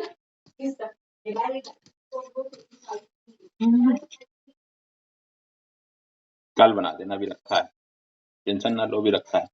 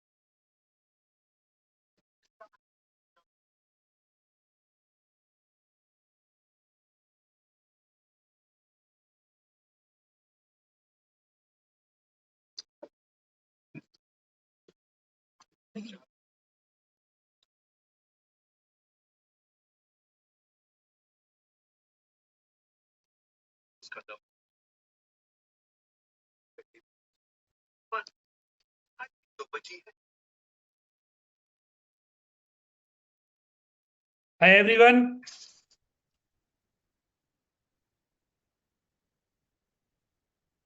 Okay, suppose a sudden death has occurred due to MI.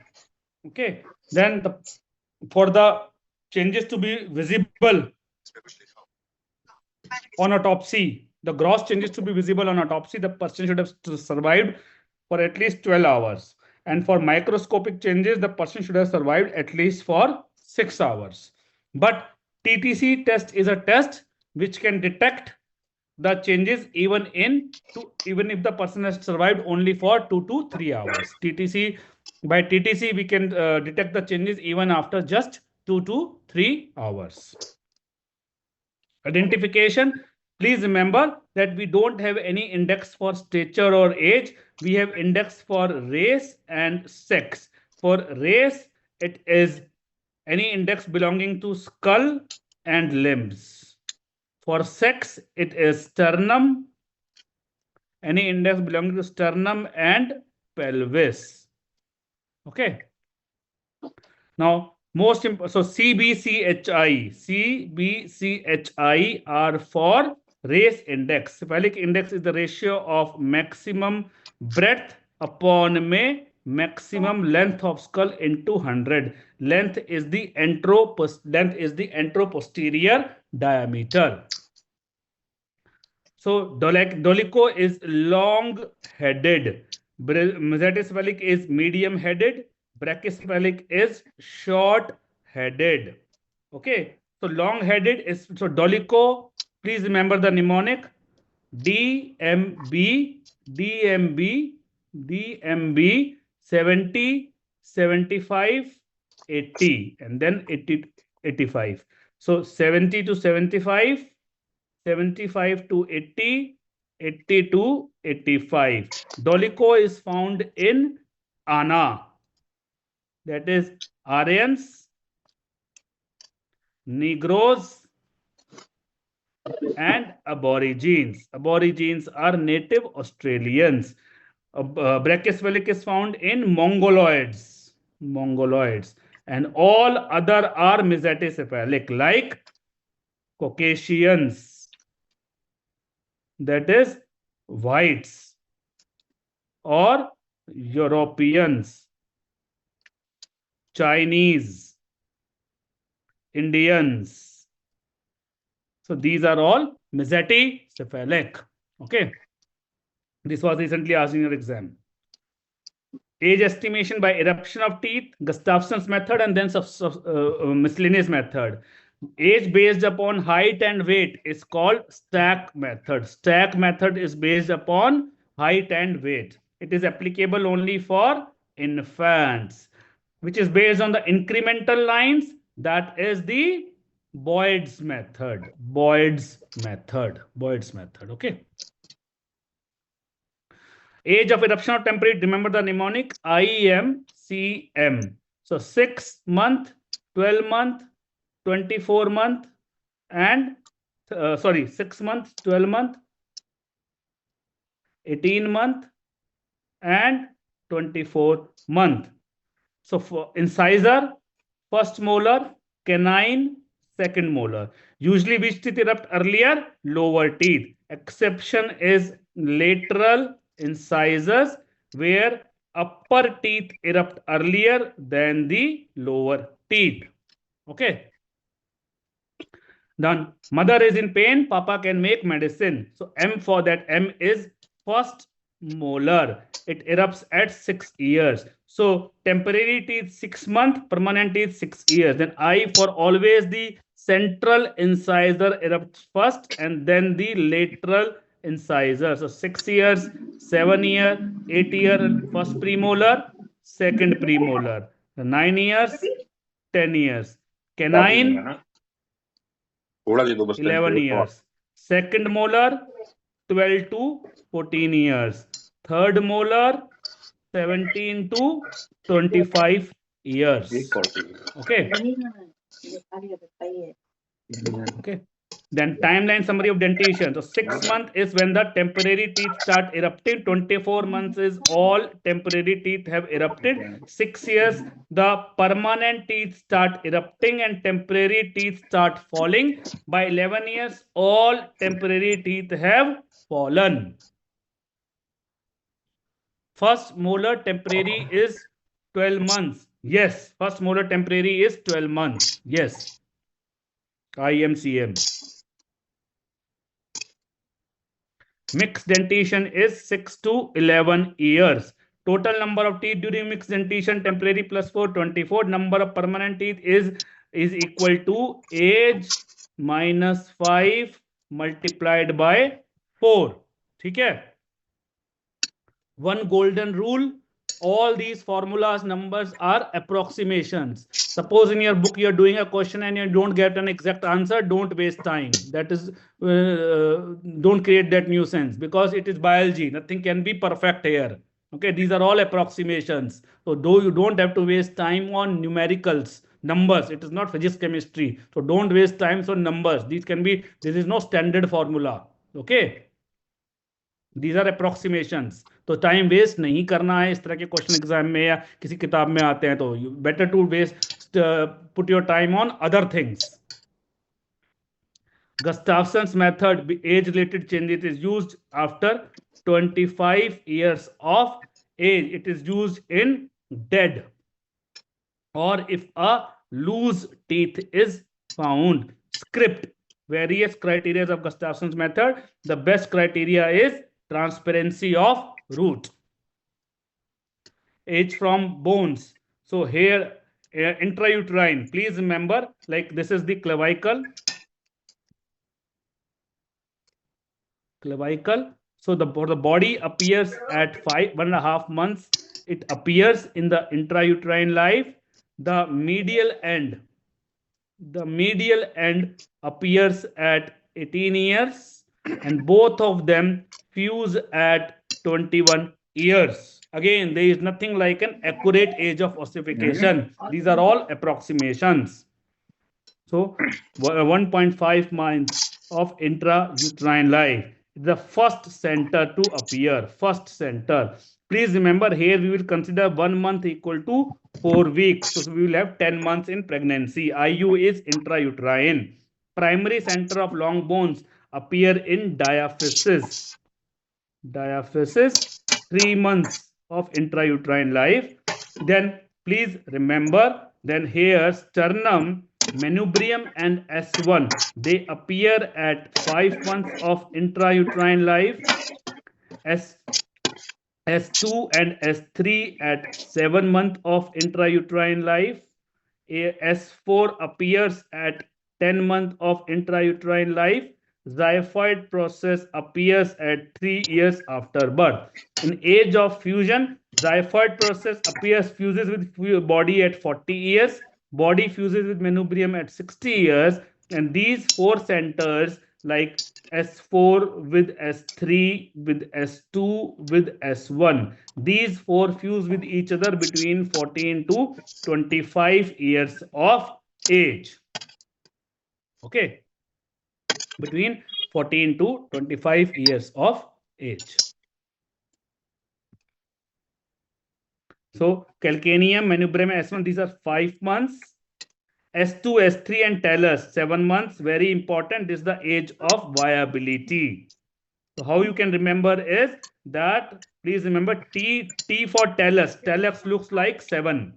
Then remember knee, near birth. So this is lower end of femur. So this is femur and this is tibia. So lower end of femur appears at 9 months of intrauterine life. Upper end of tibia at 10 months of intrauterine life. So 9 months of intrauterine life, 10 months of intrauterine life. Xiphisternum, I told you, 3 years. Okay.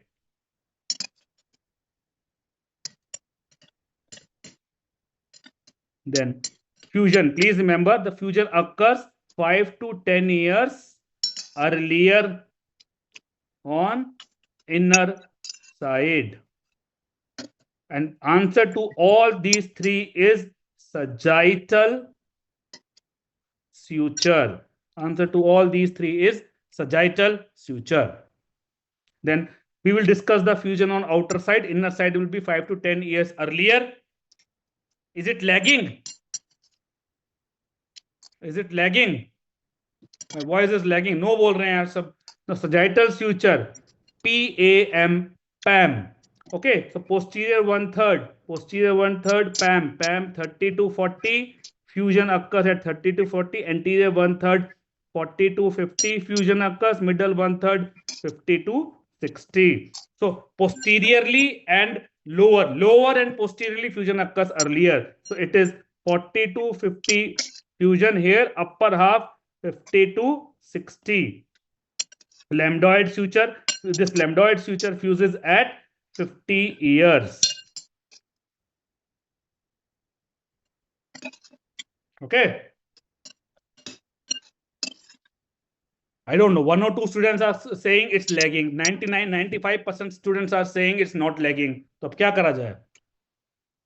Basic occiput with this basic sphenoid 18. So just remember 21 years. 21 years. Posterior fontanelle 1.5 months. It fuses after birth. Fontanelle fuses after birth. Anterior fontanelle 1.5 years. Okay. Please remember. Angle of mandible. Angle of mandible is more obtuse in CEF, that is child, elderly and female. ठीक है?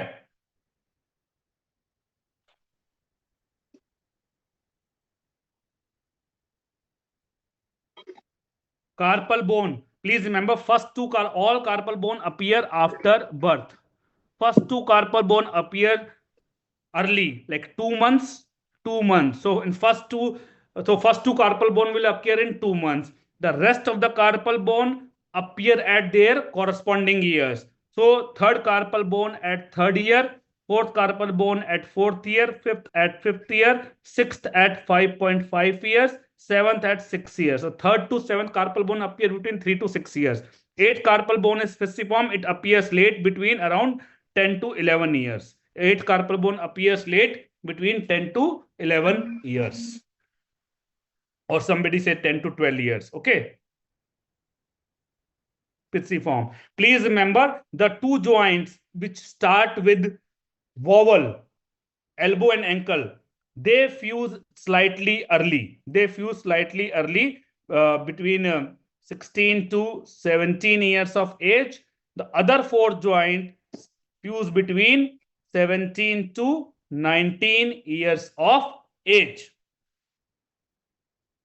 Then upper end of humerus, upper end of femur, a head, greater trochanter or greater tubercle, LT, lesser tubercle or lesser trochanter. They appear at age of appearance. Here we have 1 year appearance, 1 year appearance. Here it is 1, 3, 5. Here it is 1, 4, 14. 1, 4, 14. Okay. Then here you remember the mnemonic. All of us, ulna upper end is olecranon. Non say 9 years. So upper end appears at 9 years. Then all of us has 2 radiant bottoms. 2 radiant bottom. That means lower end of radius. Lower end of radius appears at 2 years. Other 2 are in between. Other 2 you can appear, consider in between. In between. Okay. Iliac crest. Iliac crest appears at 14 years, fuses at 21 years. Ischial tuberosity, earlier ischial iliac crest, some people used to say 18 years. The revised researches show 21 years. Ischial tuberosity 18 years, then 21 years. Triradiate cartilage, this is triradiate cartilage 13 years and 15 years. Ischiopubic rami 7 years, and sacrum becomes single bone between 21 to 25 years. Okay.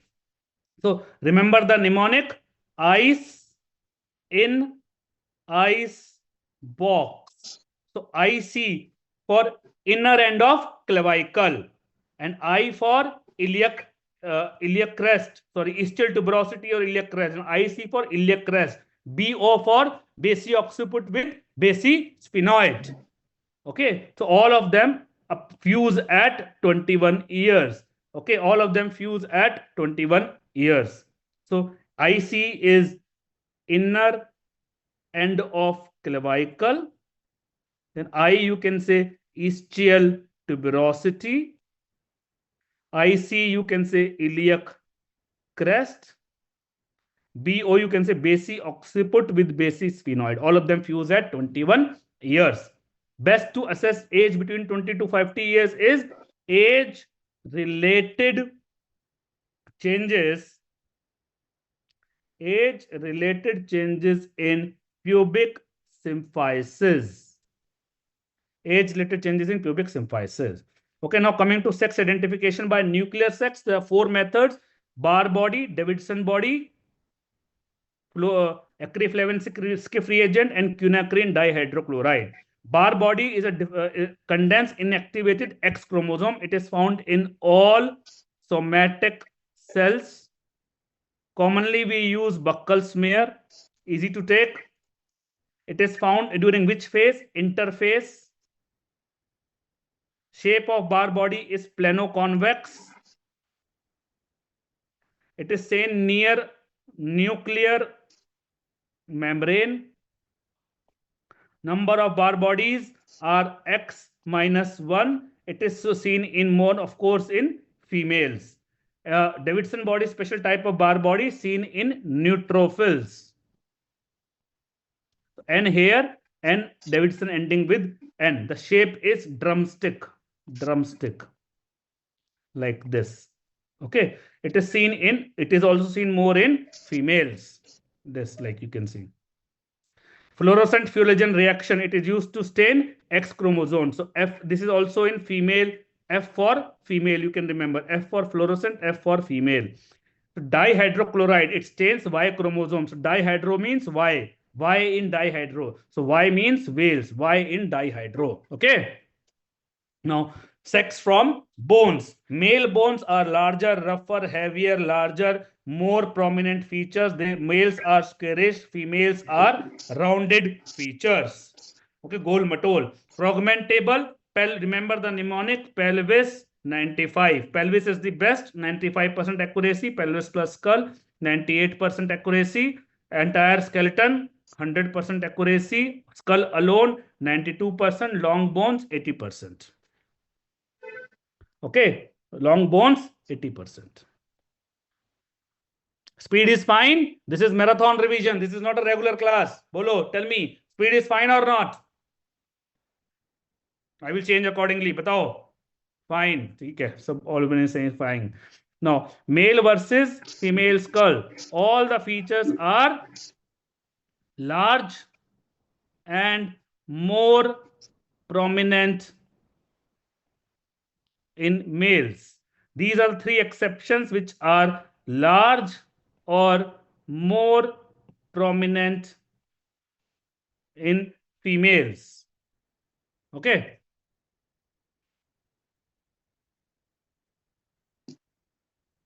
Now, body is more than, this is the body, this is the manubrium. Body is more than twice the length of manubrium in males. And here the body is less than twice the length of manubrium. The sternal index. So of course, the sternal index, length of manubrium upon body, it will be more in female, less in males. Then length of the sternum is more than 140 millimeter in males and less than 149 millimeter in female. And this rule is called Ashley's rule. This rule is called Ashley's rule. Simple. The bone, basically the bone is larger in males. So here you just have to remember one thing. All the features in female, they are, you can simply remember one thing rather than individual. that all the features, all these features are wider, larger, more prominent in females. Why? Because they help to increase the size of pelvic cavity. In males, it will be narrow, small, less prominent, and but longer. Here they will be shorter. Okay. Because so in females the width is more in females, length is more in males. Length is more in males. Okay, length is more in males. Yeah. The same thing is for greater sciatic for these two also, same as previous. Same concept as previous for greater sciatic notch and sacrum. Ischial tuberosity, it is inverted in males, inverted in females. Again, it helps to increase the size of pelvic cavity. Acetabulum and obturator foramen, they do not help to increase the size of pelvic cavity, so they follow the general rule. What's the general rule? These are larger in males and smaller in females. Okay. White chargers are. So please remember, in your exam, the question will be asked which of the following index is used. This following index is used to calculate age, race, sex, or stature. All the indices which belong to pelvis are for sex estimation. Just remember this. All the indices from pelvis are for sex estimation. Stature, please remember B, D, K, T. No need to go into detail. These are the four formulas for stature. And F, T, H, U, R. Femur is the longest bone. So here the multiplication factor is smallest. Do you remember the multiplication factor or not? What was the multiplication factor for femur? 3.7. Then you keep on adding 0.8. So it will become 4.5, then 5.3, then 6.1, then 6.9. The best bone for stature is considered to be femur. Okay. So suppose the femur is 30 centimeter, then the stature will be equal to 30 multiplied by 3.7. Okay. MF is multiplication factor. Radius is 6.9, not 5, 6.9. 6.9. You just have to keep on adding 0.8. You just have to remember the first one, 3.7, and you just keep on adding 0.8. Okay, this is not very important. Please remember, this was asked actually only once. If you can remember, great. If you don't, it's okay. It was asked only once.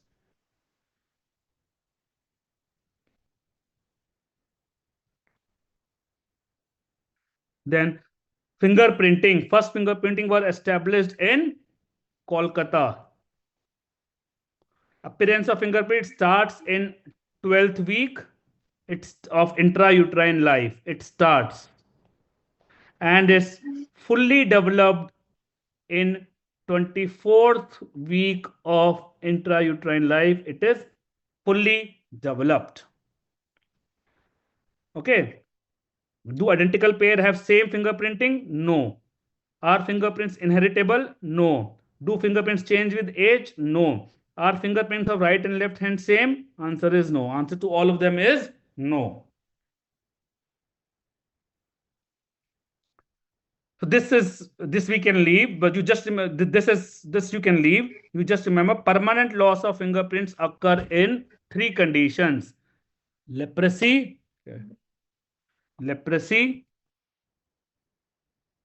radiation injury,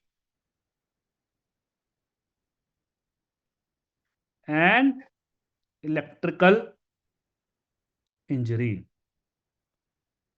Leprosy, radiation injury, and electrical injury. Self-mutation by wounds, burns, corrosives don't destroy fingerprints. Okay.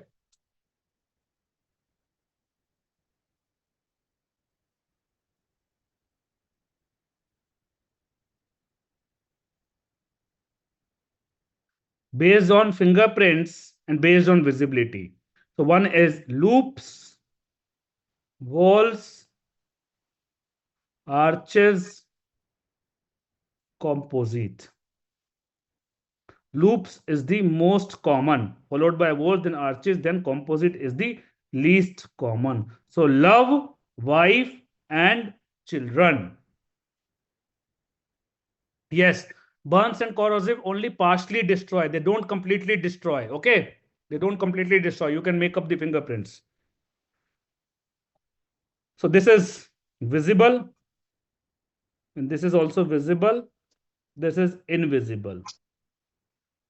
This is visible but two-dimensional. Second one is visible but three-dimensional. The first one is called patent prints.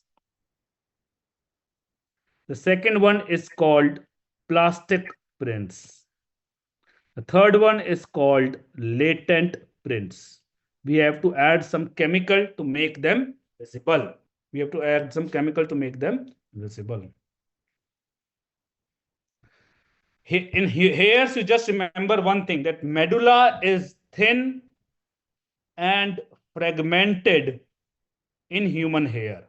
That is simple. After that, it is thin hair, so the cortex becomes thick, cuticle again becomes thin. So everything opposite, it is thin, it is thick.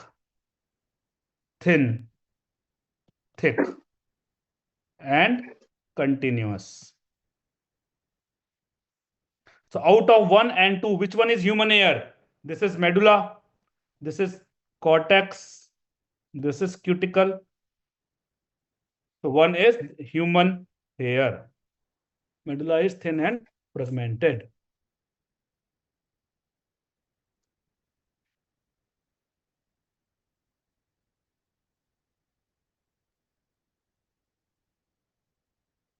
T capital. Okay. Okay. Thin, thick, thin. Medulla is thin and fragmented in human hair. Now, measurement of various parts of human body, that is anthropometry. Bertillon system. Bertillon system. It is useful only in adults. Lip prints, chiloscopy. Body of offense or sense of crime is corpus delicti.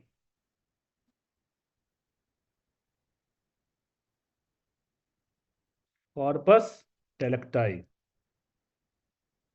Study of prints of Rugae is called rugoscopy or palatoscopy.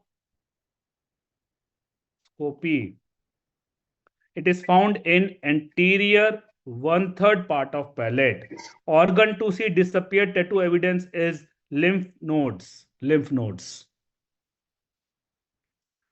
Two objects come in contact and there is exchange of physical evidence. This is called Locard's exchange principle.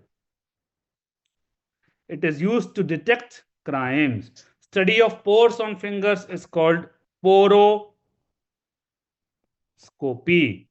Okay, which gland? Pores? Of course, sweat glands are there on the hands. Technique to identify a missing person from photo and skull, that is superimposition. Okay.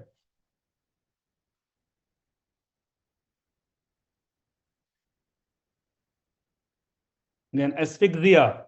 Three kinds of asphyxia.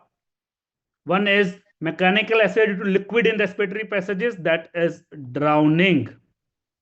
Then mechanical asphyxia due to constricting force on neck, that is compression of neck. All other asphyxias are suffocation. Speed is good. Okay. Suffocation. Okay.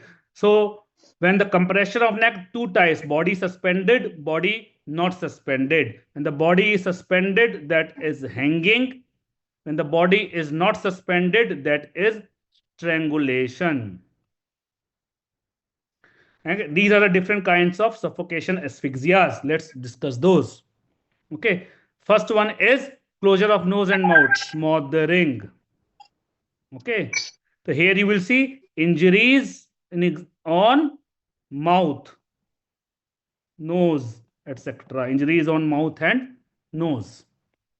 Then object in mouth deep till pharynx, gagging.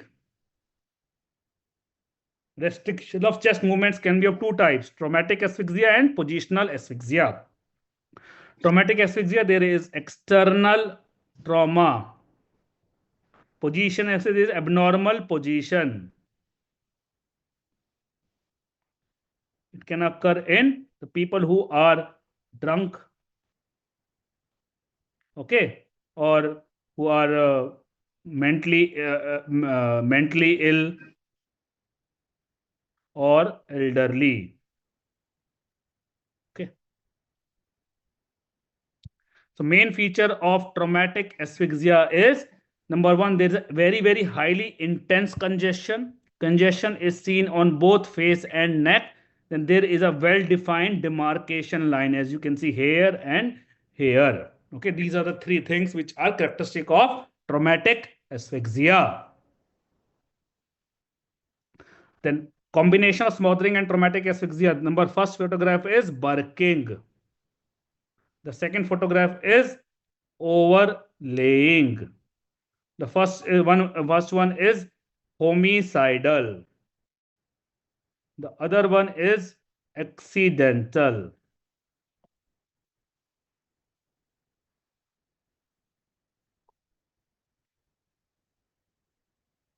Okay.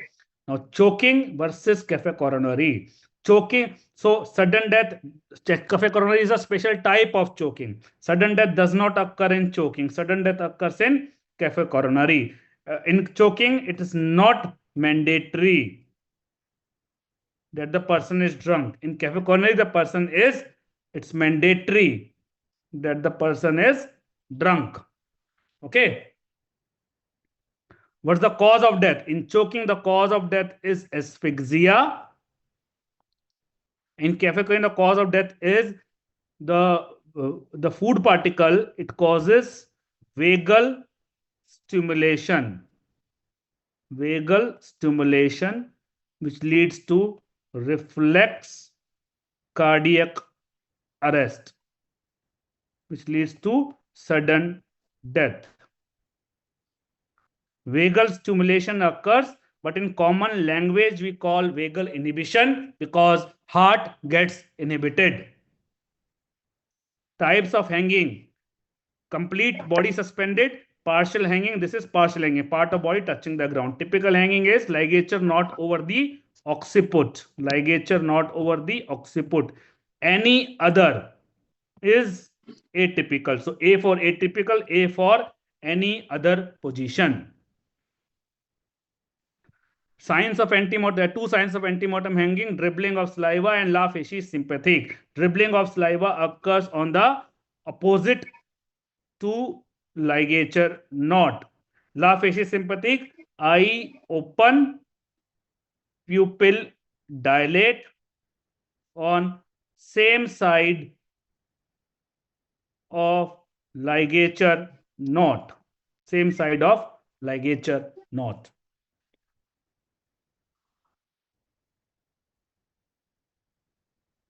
Okay, person hanged by a crowd. Homicide, this is lynching.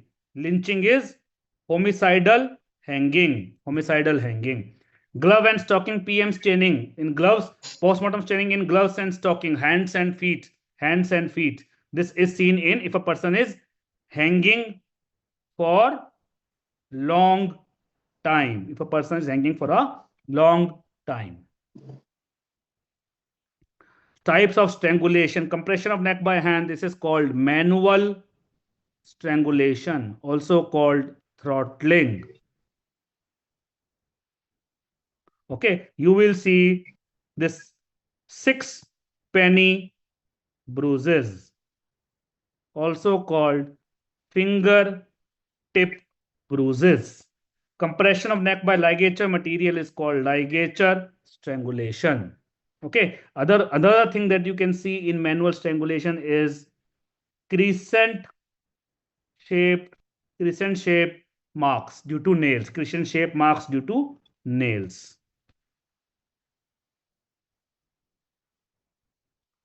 Compression of neck in bend of elbow. This is called mugging. Compression by bamboo is called baas dola.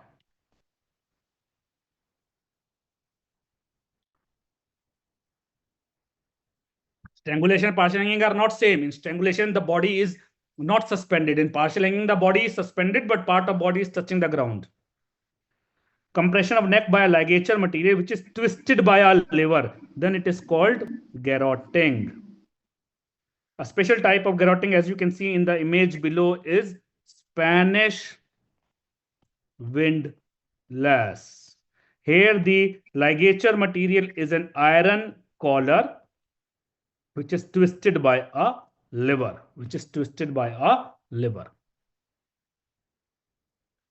Now, IO is hanging. Ligature mark is above, incomplete. You can see incomplete and oblique. In strangulation, so number 1 is hanging. Number 2 is strangulation. So above, here it is below, here it is complete, and here it is transverse. Okay.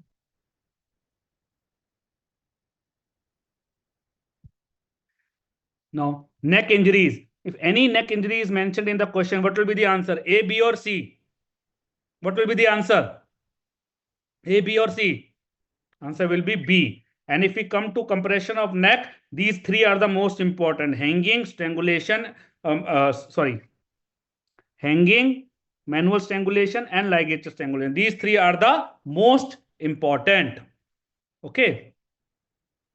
Most neck injuries occur most commonly in manual strangulation, followed by ligature strangulation, followed by hanging. Okay. But there is an exception. Hyoid tear and carotid tear, these are also most common in manual strangulation, but more in hanging as compared to ligature strangulation. C2, C3 vertebral fracture occurs in cases of judicial hanging, basically hanging of long drop. This is also called hangman's fracture. This is also called hangman's fracture.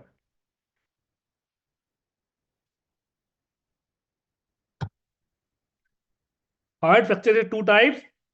Abduction fracture occurs in hanging. Adduction fracture occurs in manual strangulation. In ligature, it is rare. Transverse tear like this, you can see, occurs in hanging. This is called amosaucide. Any other kind of tear will be in manual strangulation. Again, in ligature strangulation, the tear is rare. So if extensive bruising is seen in neck muscles and thyroid, what's the answer? Manual strangulation, ligature strangulation, or hanging? Tell me. Manual strangulation. Second one, ligature mark, extensive bruising, and thyroid fracture. What will be the answer? Because ligature mark is there, then the answer will be ligature strangulation. Third one, manual strangulation. Carotid artery tear, manual strangulation. Carotid artery tear is more common in hanging as compared to ligature strangulation, but as such most common in manual strangulation. Ligature mark and hyoid fracture. Ligature mark is there, so manual strangulation is not the answer. Hyoid fracture is more common in hanging as compared to ligature strangulation. So the answer is hanging. The last one, ligature mark and hyoid fracture, answer will be ligature strangulation. So whenever you see any neck injury is given, the answer will be manual strangulation. Of course, ligature mark should not be there. If ligature mark is there, then the answer will be something else. If there is no ligature mark, neck injury means manual strangulation. Force required, remember the word JCTV. So jugular, J for jugular vein, C for carotid artery, T for trachea, V for vertebral artery. So 2 kgs, force required 5 kgs, 15 kgs, 25 kg. These are all rough estimates. Okay, don't bother too much. कहीं पे 2 बताया था, कहीं 4 बताया. These are all rough estimates. Main thing you have to remember is minimum force for jugular, maximum force for vertebral artery. Types of drowning, typical drowning. Here the drowning is of 2 types, fresh water, first of all, typical drowning and atypical drowning. Typical drowning is also called primary drowning. It's the usual drowning in which water goes to the lungs and the person dies. Okay, the atypical drowning is also called secondary drowning. The primary drowning is of 2 types, fresh water and salt water. Now, atypical drowning is of 4 types, dry drowning, post-immersion syndrome, hydrofusion, and shallow water drowning. Dry drowning, water goes to the larynx, laryngospasm occurs and the person dies. Laryngospasm occurs and the person dies. Post-immersion syndrome, near drowning, the person dies later on. The person dies later. Okay. Hydrofusion, here the sudden death occurs. Sudden death occurs due to reflex cardiac arrest. Due to reflex cardiac arrest.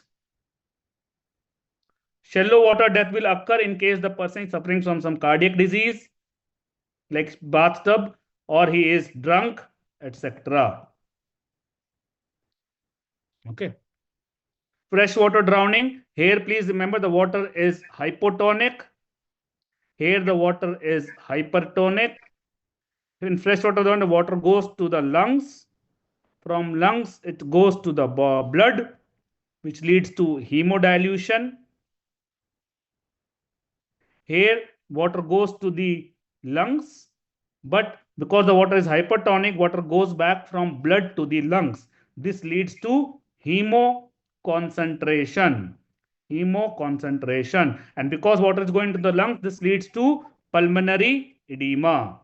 Okay, hemodilution occurs and hypervolemia.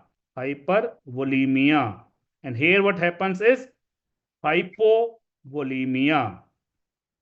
Okay, then this water goes to the cells, which leads to hemolysis. Potassium ion comes out, which leads to hyperkalemia. Hyperkalemia leads to ventricular fibrillation and death. Here what happens is the hemoconcentration occurs, so concentration of everything increases, like sodium ion, magnesium ion, calcium ion, hemoglobin, all concentration increases. Salt for sodium, this is how you can remember. This leads to bradycardia and death.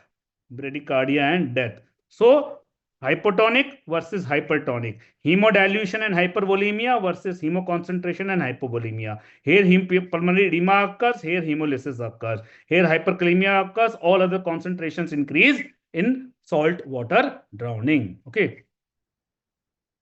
Then antemortem, there are 8 signs of antemortem drowning and 2 signs of immersion. Signs of immersion can be seen in both antemortem as well as postmortem drowning. The best, the grass or weeds just held in hands is the best sign. This is the cadaveric spasm. Drowning froth is the second best sign. Very extremely large amount of froth is seen everywhere. Okay, that is the second best sign. Okay, third is the lungs become very heavy and overinflated. Lungs become very heavy and overinflated. That is called emphysema aquosum. Emphysema aquosum. Then the muddy particle goes into the respiratory passages, especially terminal part, because the person is actively inhaling. Then Peltoff hemorrhages occur. These are the Peltoff hemorrhages. Peltoff hemorrhages occur on lungs. Then diatoms can be seen. Diatoms are microscopic unicellular algae. Outer covering is made up of silica, and these are resistant to acids. So these can be detected even by putting the acid. We put the acid, bone dissolves, but the diatoms can be seen because they remain intact. Okay. Then the presence of water, muddy water in stomach or intestine, but it's not very good sign because passively also the water can go. The last is Gettler's test. The last 2-3 tests are not very good tests. In Gettler's test, we look at the difference in chloride ion concentration between left and right side of heart. Not a very good test. Okay, and all these signs will basically be seen in typical hanging, not in atypical. Okay. Signs of immersion. Number 1, cutis and serena. And number 2, washer woman hand. Washer woman hand or feet. These two are the signs of immersion which can be seen in both ante-mortem and post-mortem drowning. आनंद आ रहा है? Injuries, grievous hurt. This is marathon. 5 घंटे में 80% question, 5 घंटे में एकदम cream मिलेगी. Maximum question you will be able to solve in these. Grievous, suppose only 25% loss in vision.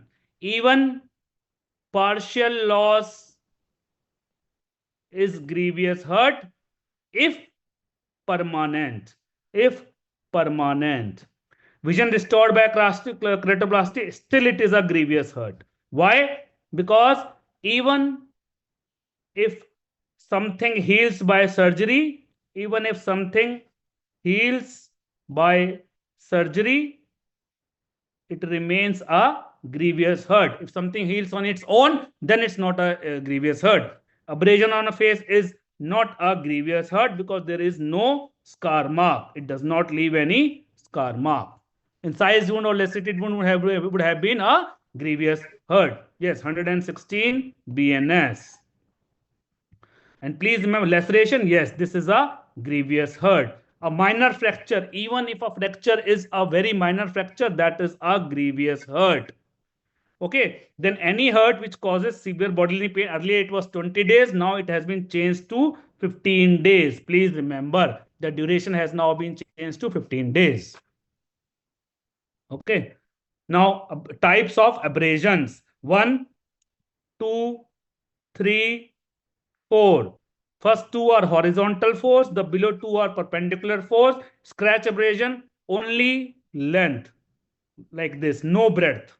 Okay, for example, by a fingernail. By a fingernail. Grazed abrasion occurs, it has length plus breadth. Example, in road traffic accident. And it is the most common type, usually seen in road traffic accident, and it resembles burns. It resembles burn. In pressure abrasion, the duration is more. Impact, the duration is less. So example, you can see here, ligature mark. Here, tire mark. Anything with car will suddenly go, duration less. Tire mark. So that will be impact abrasion. Teeth bite. If the duration is less, it will be a kiss, it will not be a bite. So it is pressure. Okay, shoe mark. You hit suddenly by a shoe, that is impact abrasion. Patterned abrasion, please remember, pressure plus impact, both of them can cause patterned abrasions. What are these? These are ant bite marks. So please remember, these are the 4 things which can be confused with ante-mortem abrasions if the doctor is lapat jhandus. Okay, if the doctor is lapat jhandus, he can be confusing this with ante-mortem abrasions.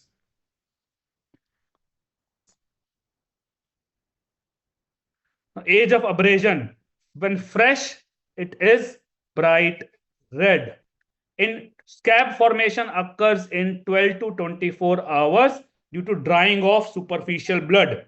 Okay, drying of superficial blood, it becomes reddish brown in 2 to 3 days. Then the scab becomes brownish black in color, starts peeling from margins, and new epithelium grows under the scalp in 4 to 7 days. And then the scab falls off after more than 7 days. Okay. Then this we have already discussed. Dwara repetition. Ribgyo. Remember the mnemonic? Ribgyo. Red color. Then blue. Blue for indigo. You can remember blue for indigo. Blue and indigo are same. B for brown, G for green, Y for yellow, O for normal means 0. Normal means 0. This is how you can remember Ribgyo. So red color occurs in when it is fresh. In few hours to 3 days, it becomes bluish. Brown color occurs on 4th day. Then 5 to 6th day, it is greenish. Yellow color is 7 to 14 days. More than 2 weeks is normal color. Fresh is due to hemoglobin. Blue is due to deoxyhemoglobin. Brown color is due to hemosiderin. Dinner break will occur at 9 o'clock. 9 o'clock. Okay. Greenish color occurs due to biliverdin or hematoidin. Biliverdin or hematoidin. Yellow color occurs due to bilirubin. Okay.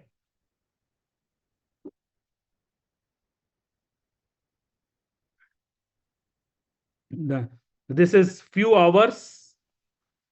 This is few hours. And this you can see yellow color on the outside. This is 7 to 14 days.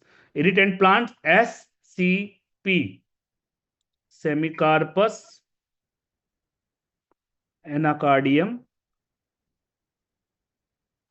Calotropis.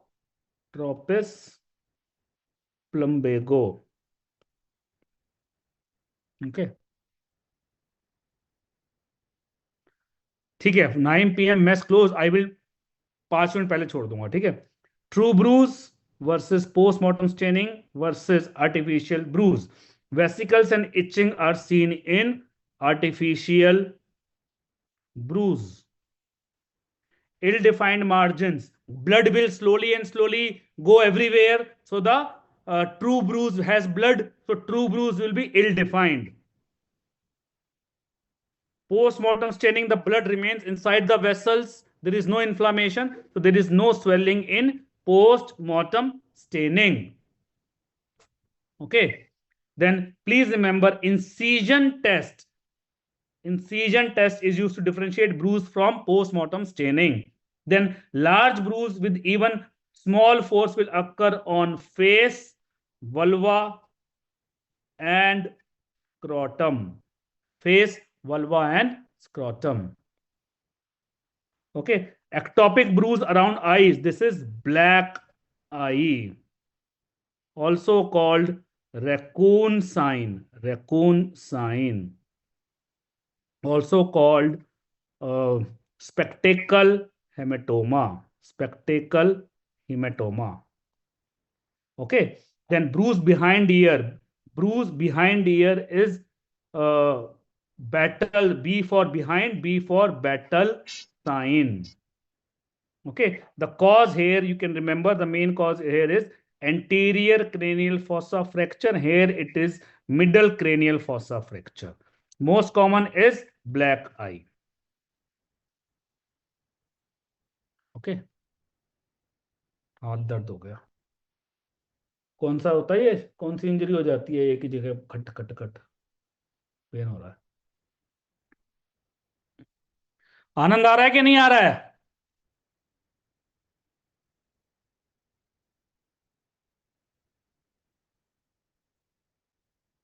okay so in lacerated wound the margins are of course irregular incised wound regular okay so lacerated wound will be like this irregular and incised wound will be something like this regular margins will be bruised and abraded in lacerated not incised so in lacerated wound it will be bruised and abraded like this the margins will be bruised and abraded okay tissue bridges will be tissue bridges present in lacerated wound like this it will be going tissue bridges here it will be clean cut and because it's through and through cut and incised wound so bleeding is less in lacerated wound more in incised wound so L for less L for lacerated okay now types of lacerated wounds one is whenever you see the wound on bony prominence that is called very important the most important lacerated wound incised looking lacerated wound This is also called split laceration. Okay. Then second one is stretch laceration, overstretching of fixed skin. When a portion comes out, this is avulsion. Avulsion commonly seen in road traffic accident. It is associated with flaying. So 5 types of laceration. Fourth one is laceration by some hard irregular object, simply called tear laceration. Then very important is chop laceration. It occurs by X. What happens is it's a wide and deep wound. It has the margins are relatively regular, plus abraded and bruised,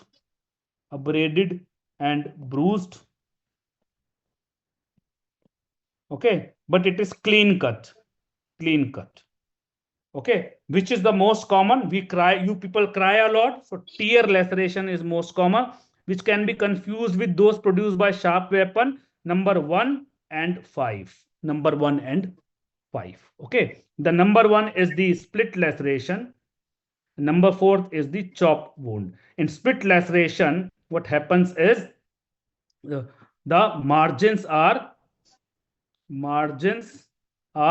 relatively regular.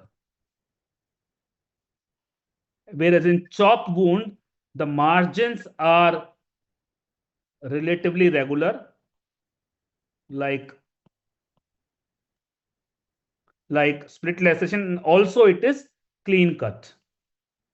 So these are the 2 reasons. Okay, split laceration, it can be confused with sharp weapon because the margins are relatively regular. In chop wound, it can also be confused with as if produced by a sharp weapon because here also the margins are relatively regular and also it is clean cut.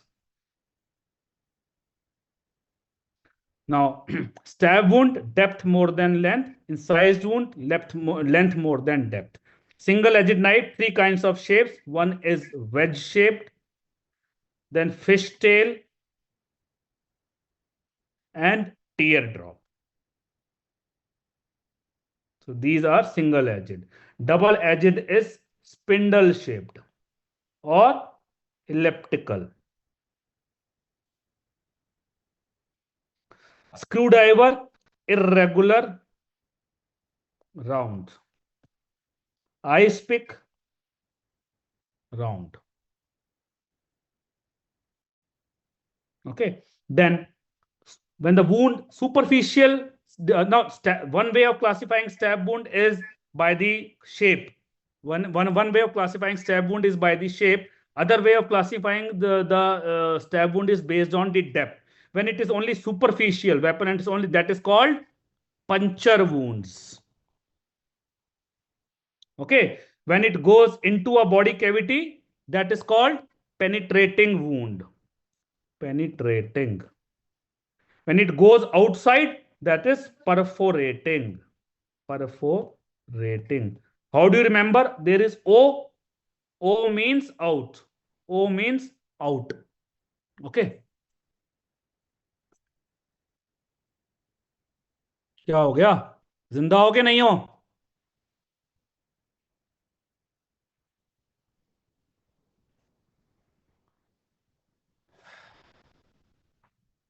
तो ऐसे मरे हुए क्यों लग रहे हो? Tailing of incised wound. The incised wound becomes shallow at the end. So the here, this was the start, this was the end. It gives the direction. Overload हो रहा है? अरे भैया ये रिवीजन क्लास है, ठीक है?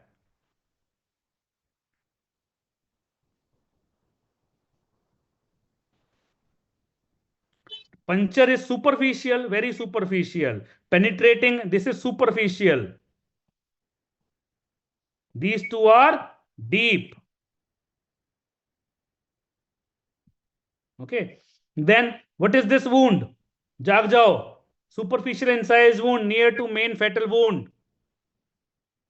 बोलो. Hesitation wound. Also called tentative cuts. मर के ही स्वर्ग का रास्ता मिलता है. Pain is not equal to sorrow. You are in pain, you are not in sorrow. Understand? Pain is okay. Life will always give pain. Pain is fine, pain is good, sorrow is not good. Okay, and what is this? The second one, दुख ही नहीं होना. दर्द है, पीड़ा है, वो ठीक है. भूख लग रही है, गाली देने का मन कर रहा है, frustration, all that is fine. दुख नहीं होना चाहिए, मनहूसियत नहीं होनी चाहिए. ठीक है ना? जोश में कमी नहीं होनी चाहिए. देख लेंगे, निपट लेंगे सारा. क्या है, इतना यहां तक आए हैं जीवन में. Till you are 23, 24, 25, you would have seen so many challenges till now. This is the last एक आखिरी पड़ाव है ना. बस that's it. This is number 2 is defense wound. You have survived 25 years of hardship. So इसमें क्या है, ये क्या बड़ी चीज है. Rule to determine sequence of fractures, that is Pappe rule, Pappe's rule. So this was the first impact, below one was the second impact. Feeling frustrated, best thing is you should have some friends with whom you can do 15 minutes non-stop BC. It will vent you out. It is very helpful. It is therapeutic. It works better than any medicine or therapy. You should have some friends with which you do 15 minutes non-stop BC with illogical talk. You should do total illogical talk, and you should laugh and illogical talk for daily 15 minutes. ठीक है? Then pedestrian injuries, 3 types. First one is injury due to first impact by the vehicle. Someone is alone in life, then they can contact me. My number is I am Baba Bengali. You can contact me. Jai Gurudev करके save कर लो. 9717287654. Injury due to first impact by the vehicle. So just save my name by Jai Gurudev and you can call me. I am not only here as a forensic teacher. I am your mentor. ठीक है? First impact, that is primary impact injury. Most common location will be legs. Characteristically, there will be bumper fracture. Then for primary impact, then the person falls on the motor vehicle. That is secondary impact injury. Then the person falls on the ground. That is tertiary impact injury. Tertiary impact injury is also called secondary injury. So secondary injury and secondary impact injury are different. Okay, secondary injury is due to anything other than the motor vehicle.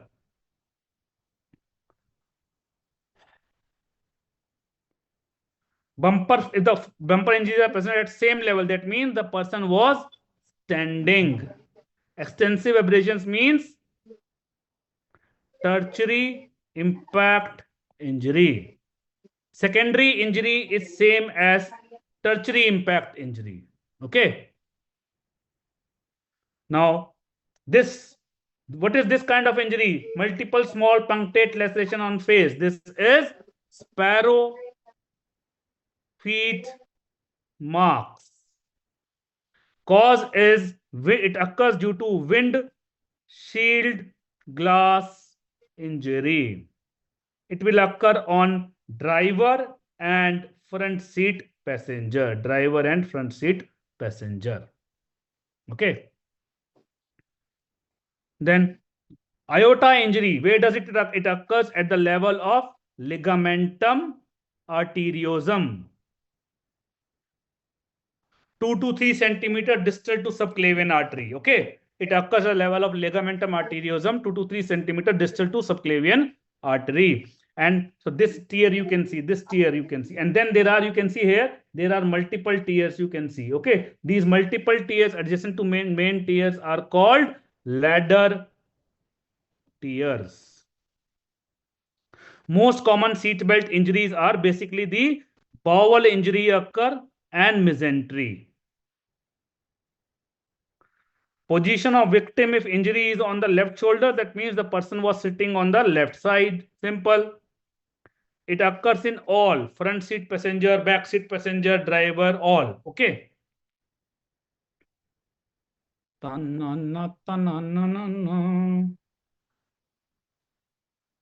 Motor vehicle equipment, steering wheel impact, driver. Soft tissue neck injuries, back and forth move. Soft tissue neck injuries due to back and forth movement of neck. What is this called? This is called whiplash injury. Okay. And the most common cause is hyperextension of neck due to rear end collision. Rear end collision.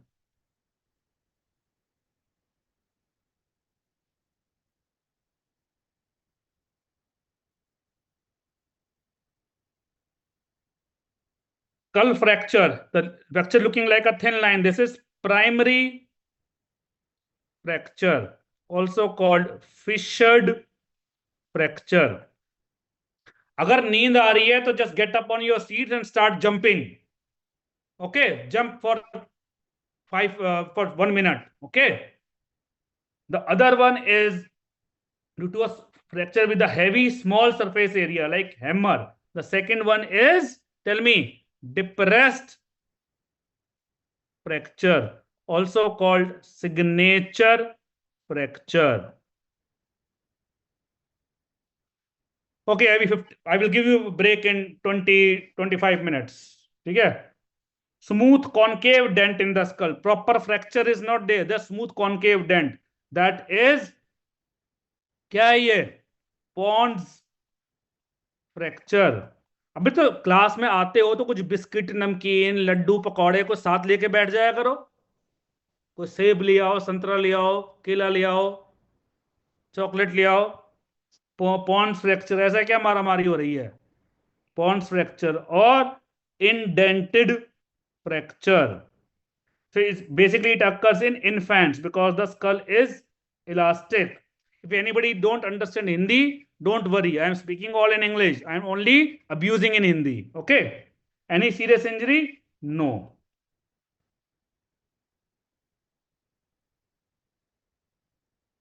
In depressed fracture, you can see there is a proper fracture and serious injury. In Pons fracture, there is no proper fracture, only some smooth concave dent. Okay. Then the bullet going adjacent to the skull, this is called gutter fracture. Okay, the cause is bullet passing adjacent to skull.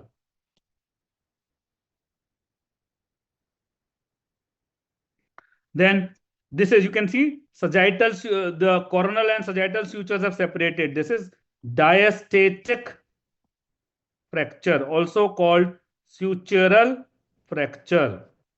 It occurs in children less than 3 years because after that the sutures come very close.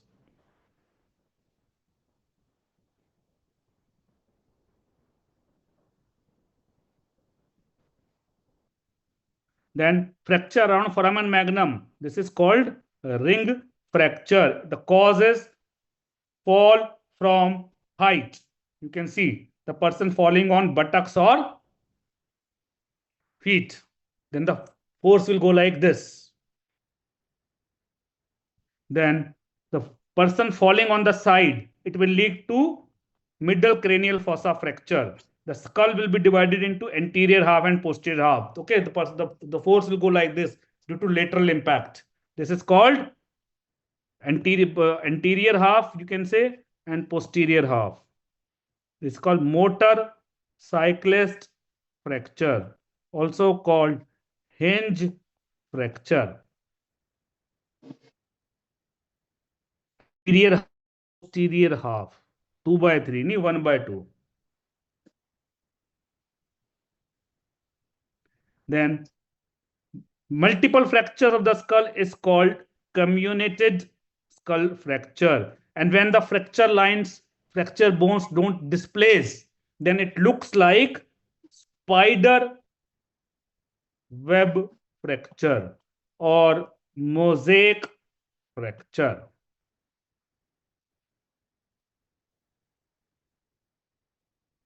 Head side of impact is called coup injury. Head injury on opposite side of impact is called counter coup injury, which head injury occurs only in moving head. Okay, if the head is moving like this, then even if the impact is here, the injury will occur on the opposite side. So this is counter coup.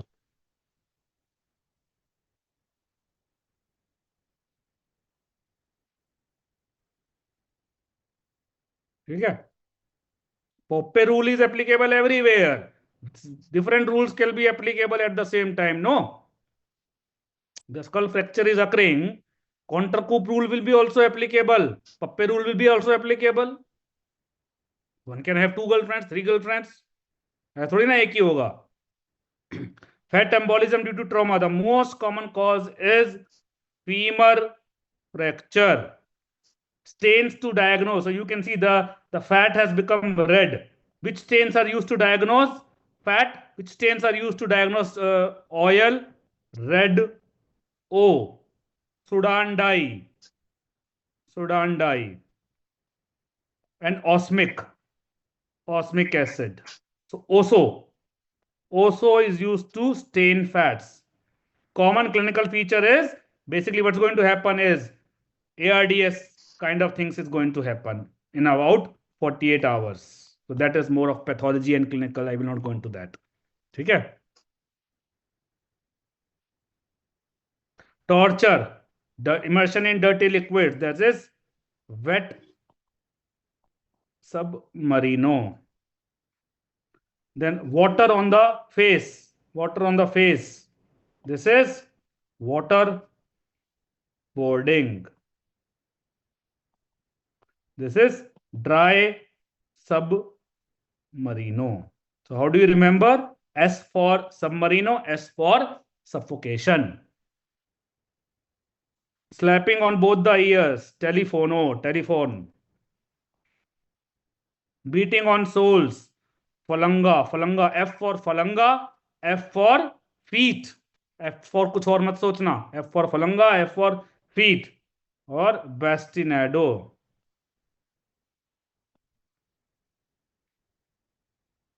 ठीक है? This person hanged upside down like this. This is parrot's perch. Standing for a long time, that is planton. So planton means something related to plantar, feet. S for sawhorse, sit, S for sit, S for sawhorse. Then both the things tied together, hog tie. Then the roller rolled over the legs, ghotna. O here, O in rolled over like this. Then the other one is chepua. C for compression, C for chepua. The bamboo stick compressing like this.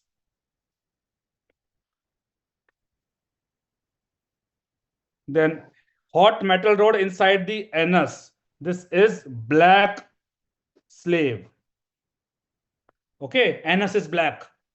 Then electric current giving to the sensitive areas. Electric cattle pod. Because it is used to give current to the cattle so that it moves in straight line. ये लेकर के बैठ जाया करो, नींद आने लगे तो you apply it to your body. ठीक है? कर मत देना.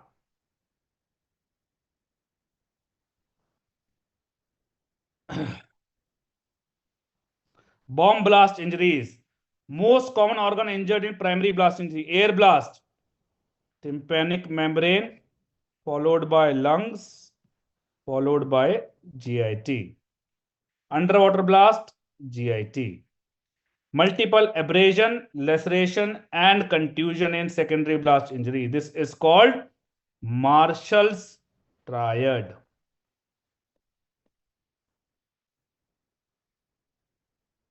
This is also called peppering.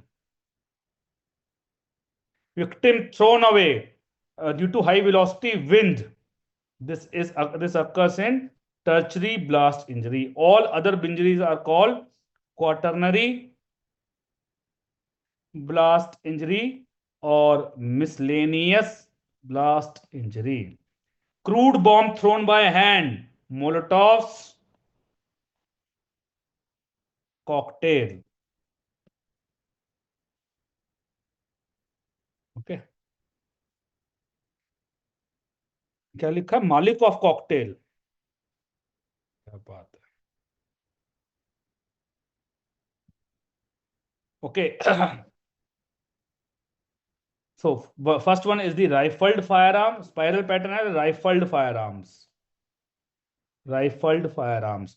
The below one is the smooth bore firearms. So the raised part, these are the raised parts. These raised parts are called lands. The adjacent parts, these depressed parts are called grooves. Okay. Distance between two opposite lands is called caliber, which is the diameter. This diameter of smooth bore is simply called bore. So bore, simple.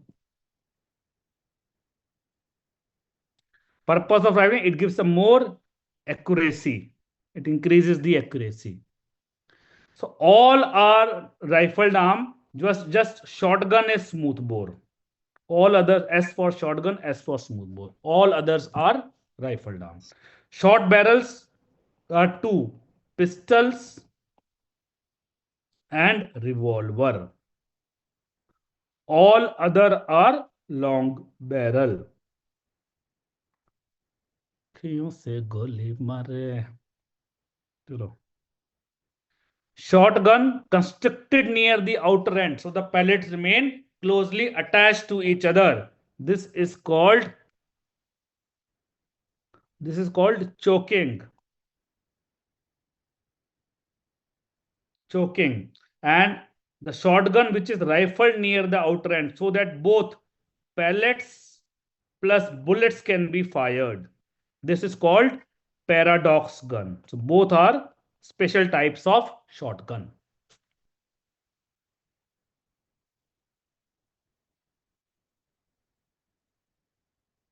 National game of Uttar Pradesh. National भी बोल रहे हो, उत्तर प्रदेश भी बोल रहे हो.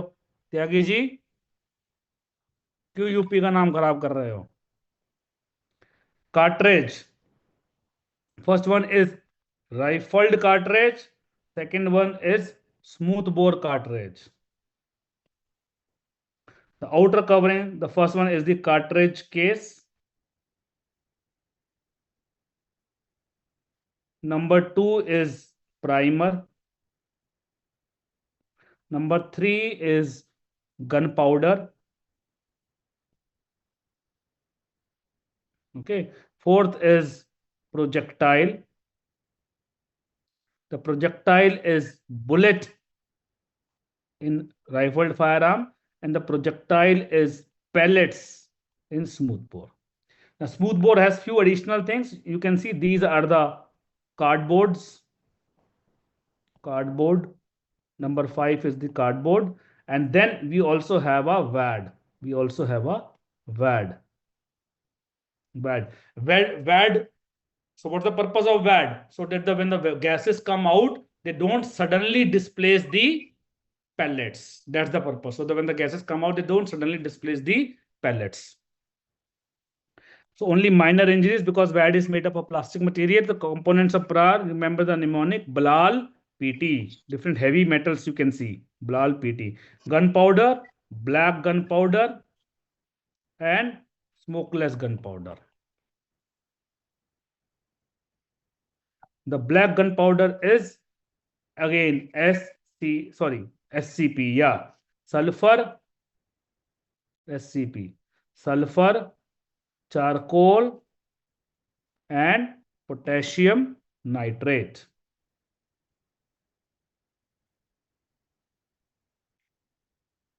Smokeless is smokeless gunpowder contains nitrocellulose, nitroglycerine, and nitroguanidine.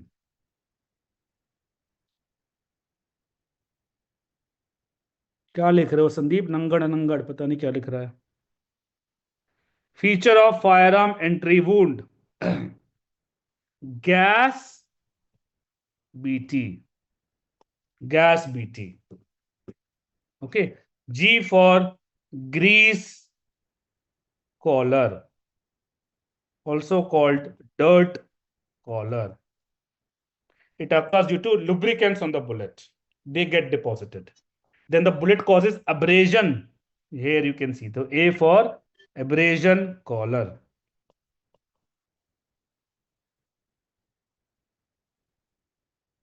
Then S for singeing. It occurs, it is burning of hair due to fire. Burning of hair due to fire. Then the smoke. This you can see, the smoke is blackening. Blackening. It occurs due to burnt gunpowder. Then the unburnt gunpowder produces tattooing. Tattooing.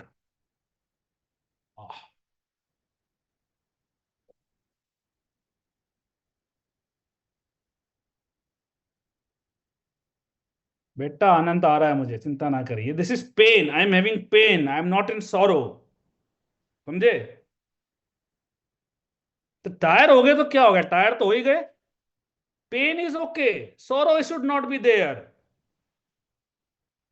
Innermost to outermost.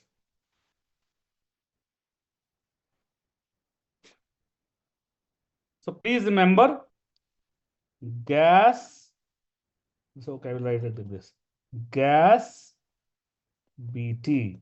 So grease collar is the innermost and tattooing is the outermost. Distance from victim. Please remember, grease collar and abrasion collar do not help us to know the distance. Why? Because they are always present. They are produced directly by the bullet. And then, but SBT helps us to know the distance. Singeing is present to a shortest distance, blackening to a larger distance, tattooing to a much larger distance. Distance can be based upon singeing, blackening, and tattooing, muzzle imprint, and size and shape of the wound. Singeing, blackening, tattooing, and muzzle imprint helps for both rifled firearms as well as smoothbore. Size and shape mainly helps for smoothbore.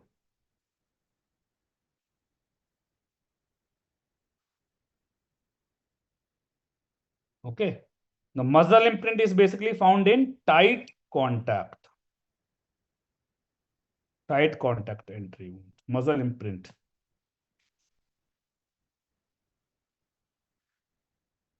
Four kind of distances: contact, close contact, intermediate, and distant entry. Contact means we are talking about tight contact. Close contact has same features as that of loose contact. It has same features as that of point blank.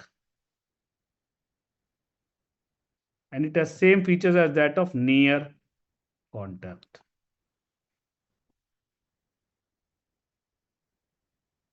Intermediate range has same features as that of medium range or near range. So near range is different, near contact is different. Okay. In contact and tight contact, singeing, blackening, tattooing is present, but only on margins like this. This is the wound and this little bit singeing, blackening, tattooing on the margins. In close contact, singeing, blackening, tattooing is present properly around the wound. So suppose this is the wound and you will have properly, especially blackening, you will be able to see, especially blackening.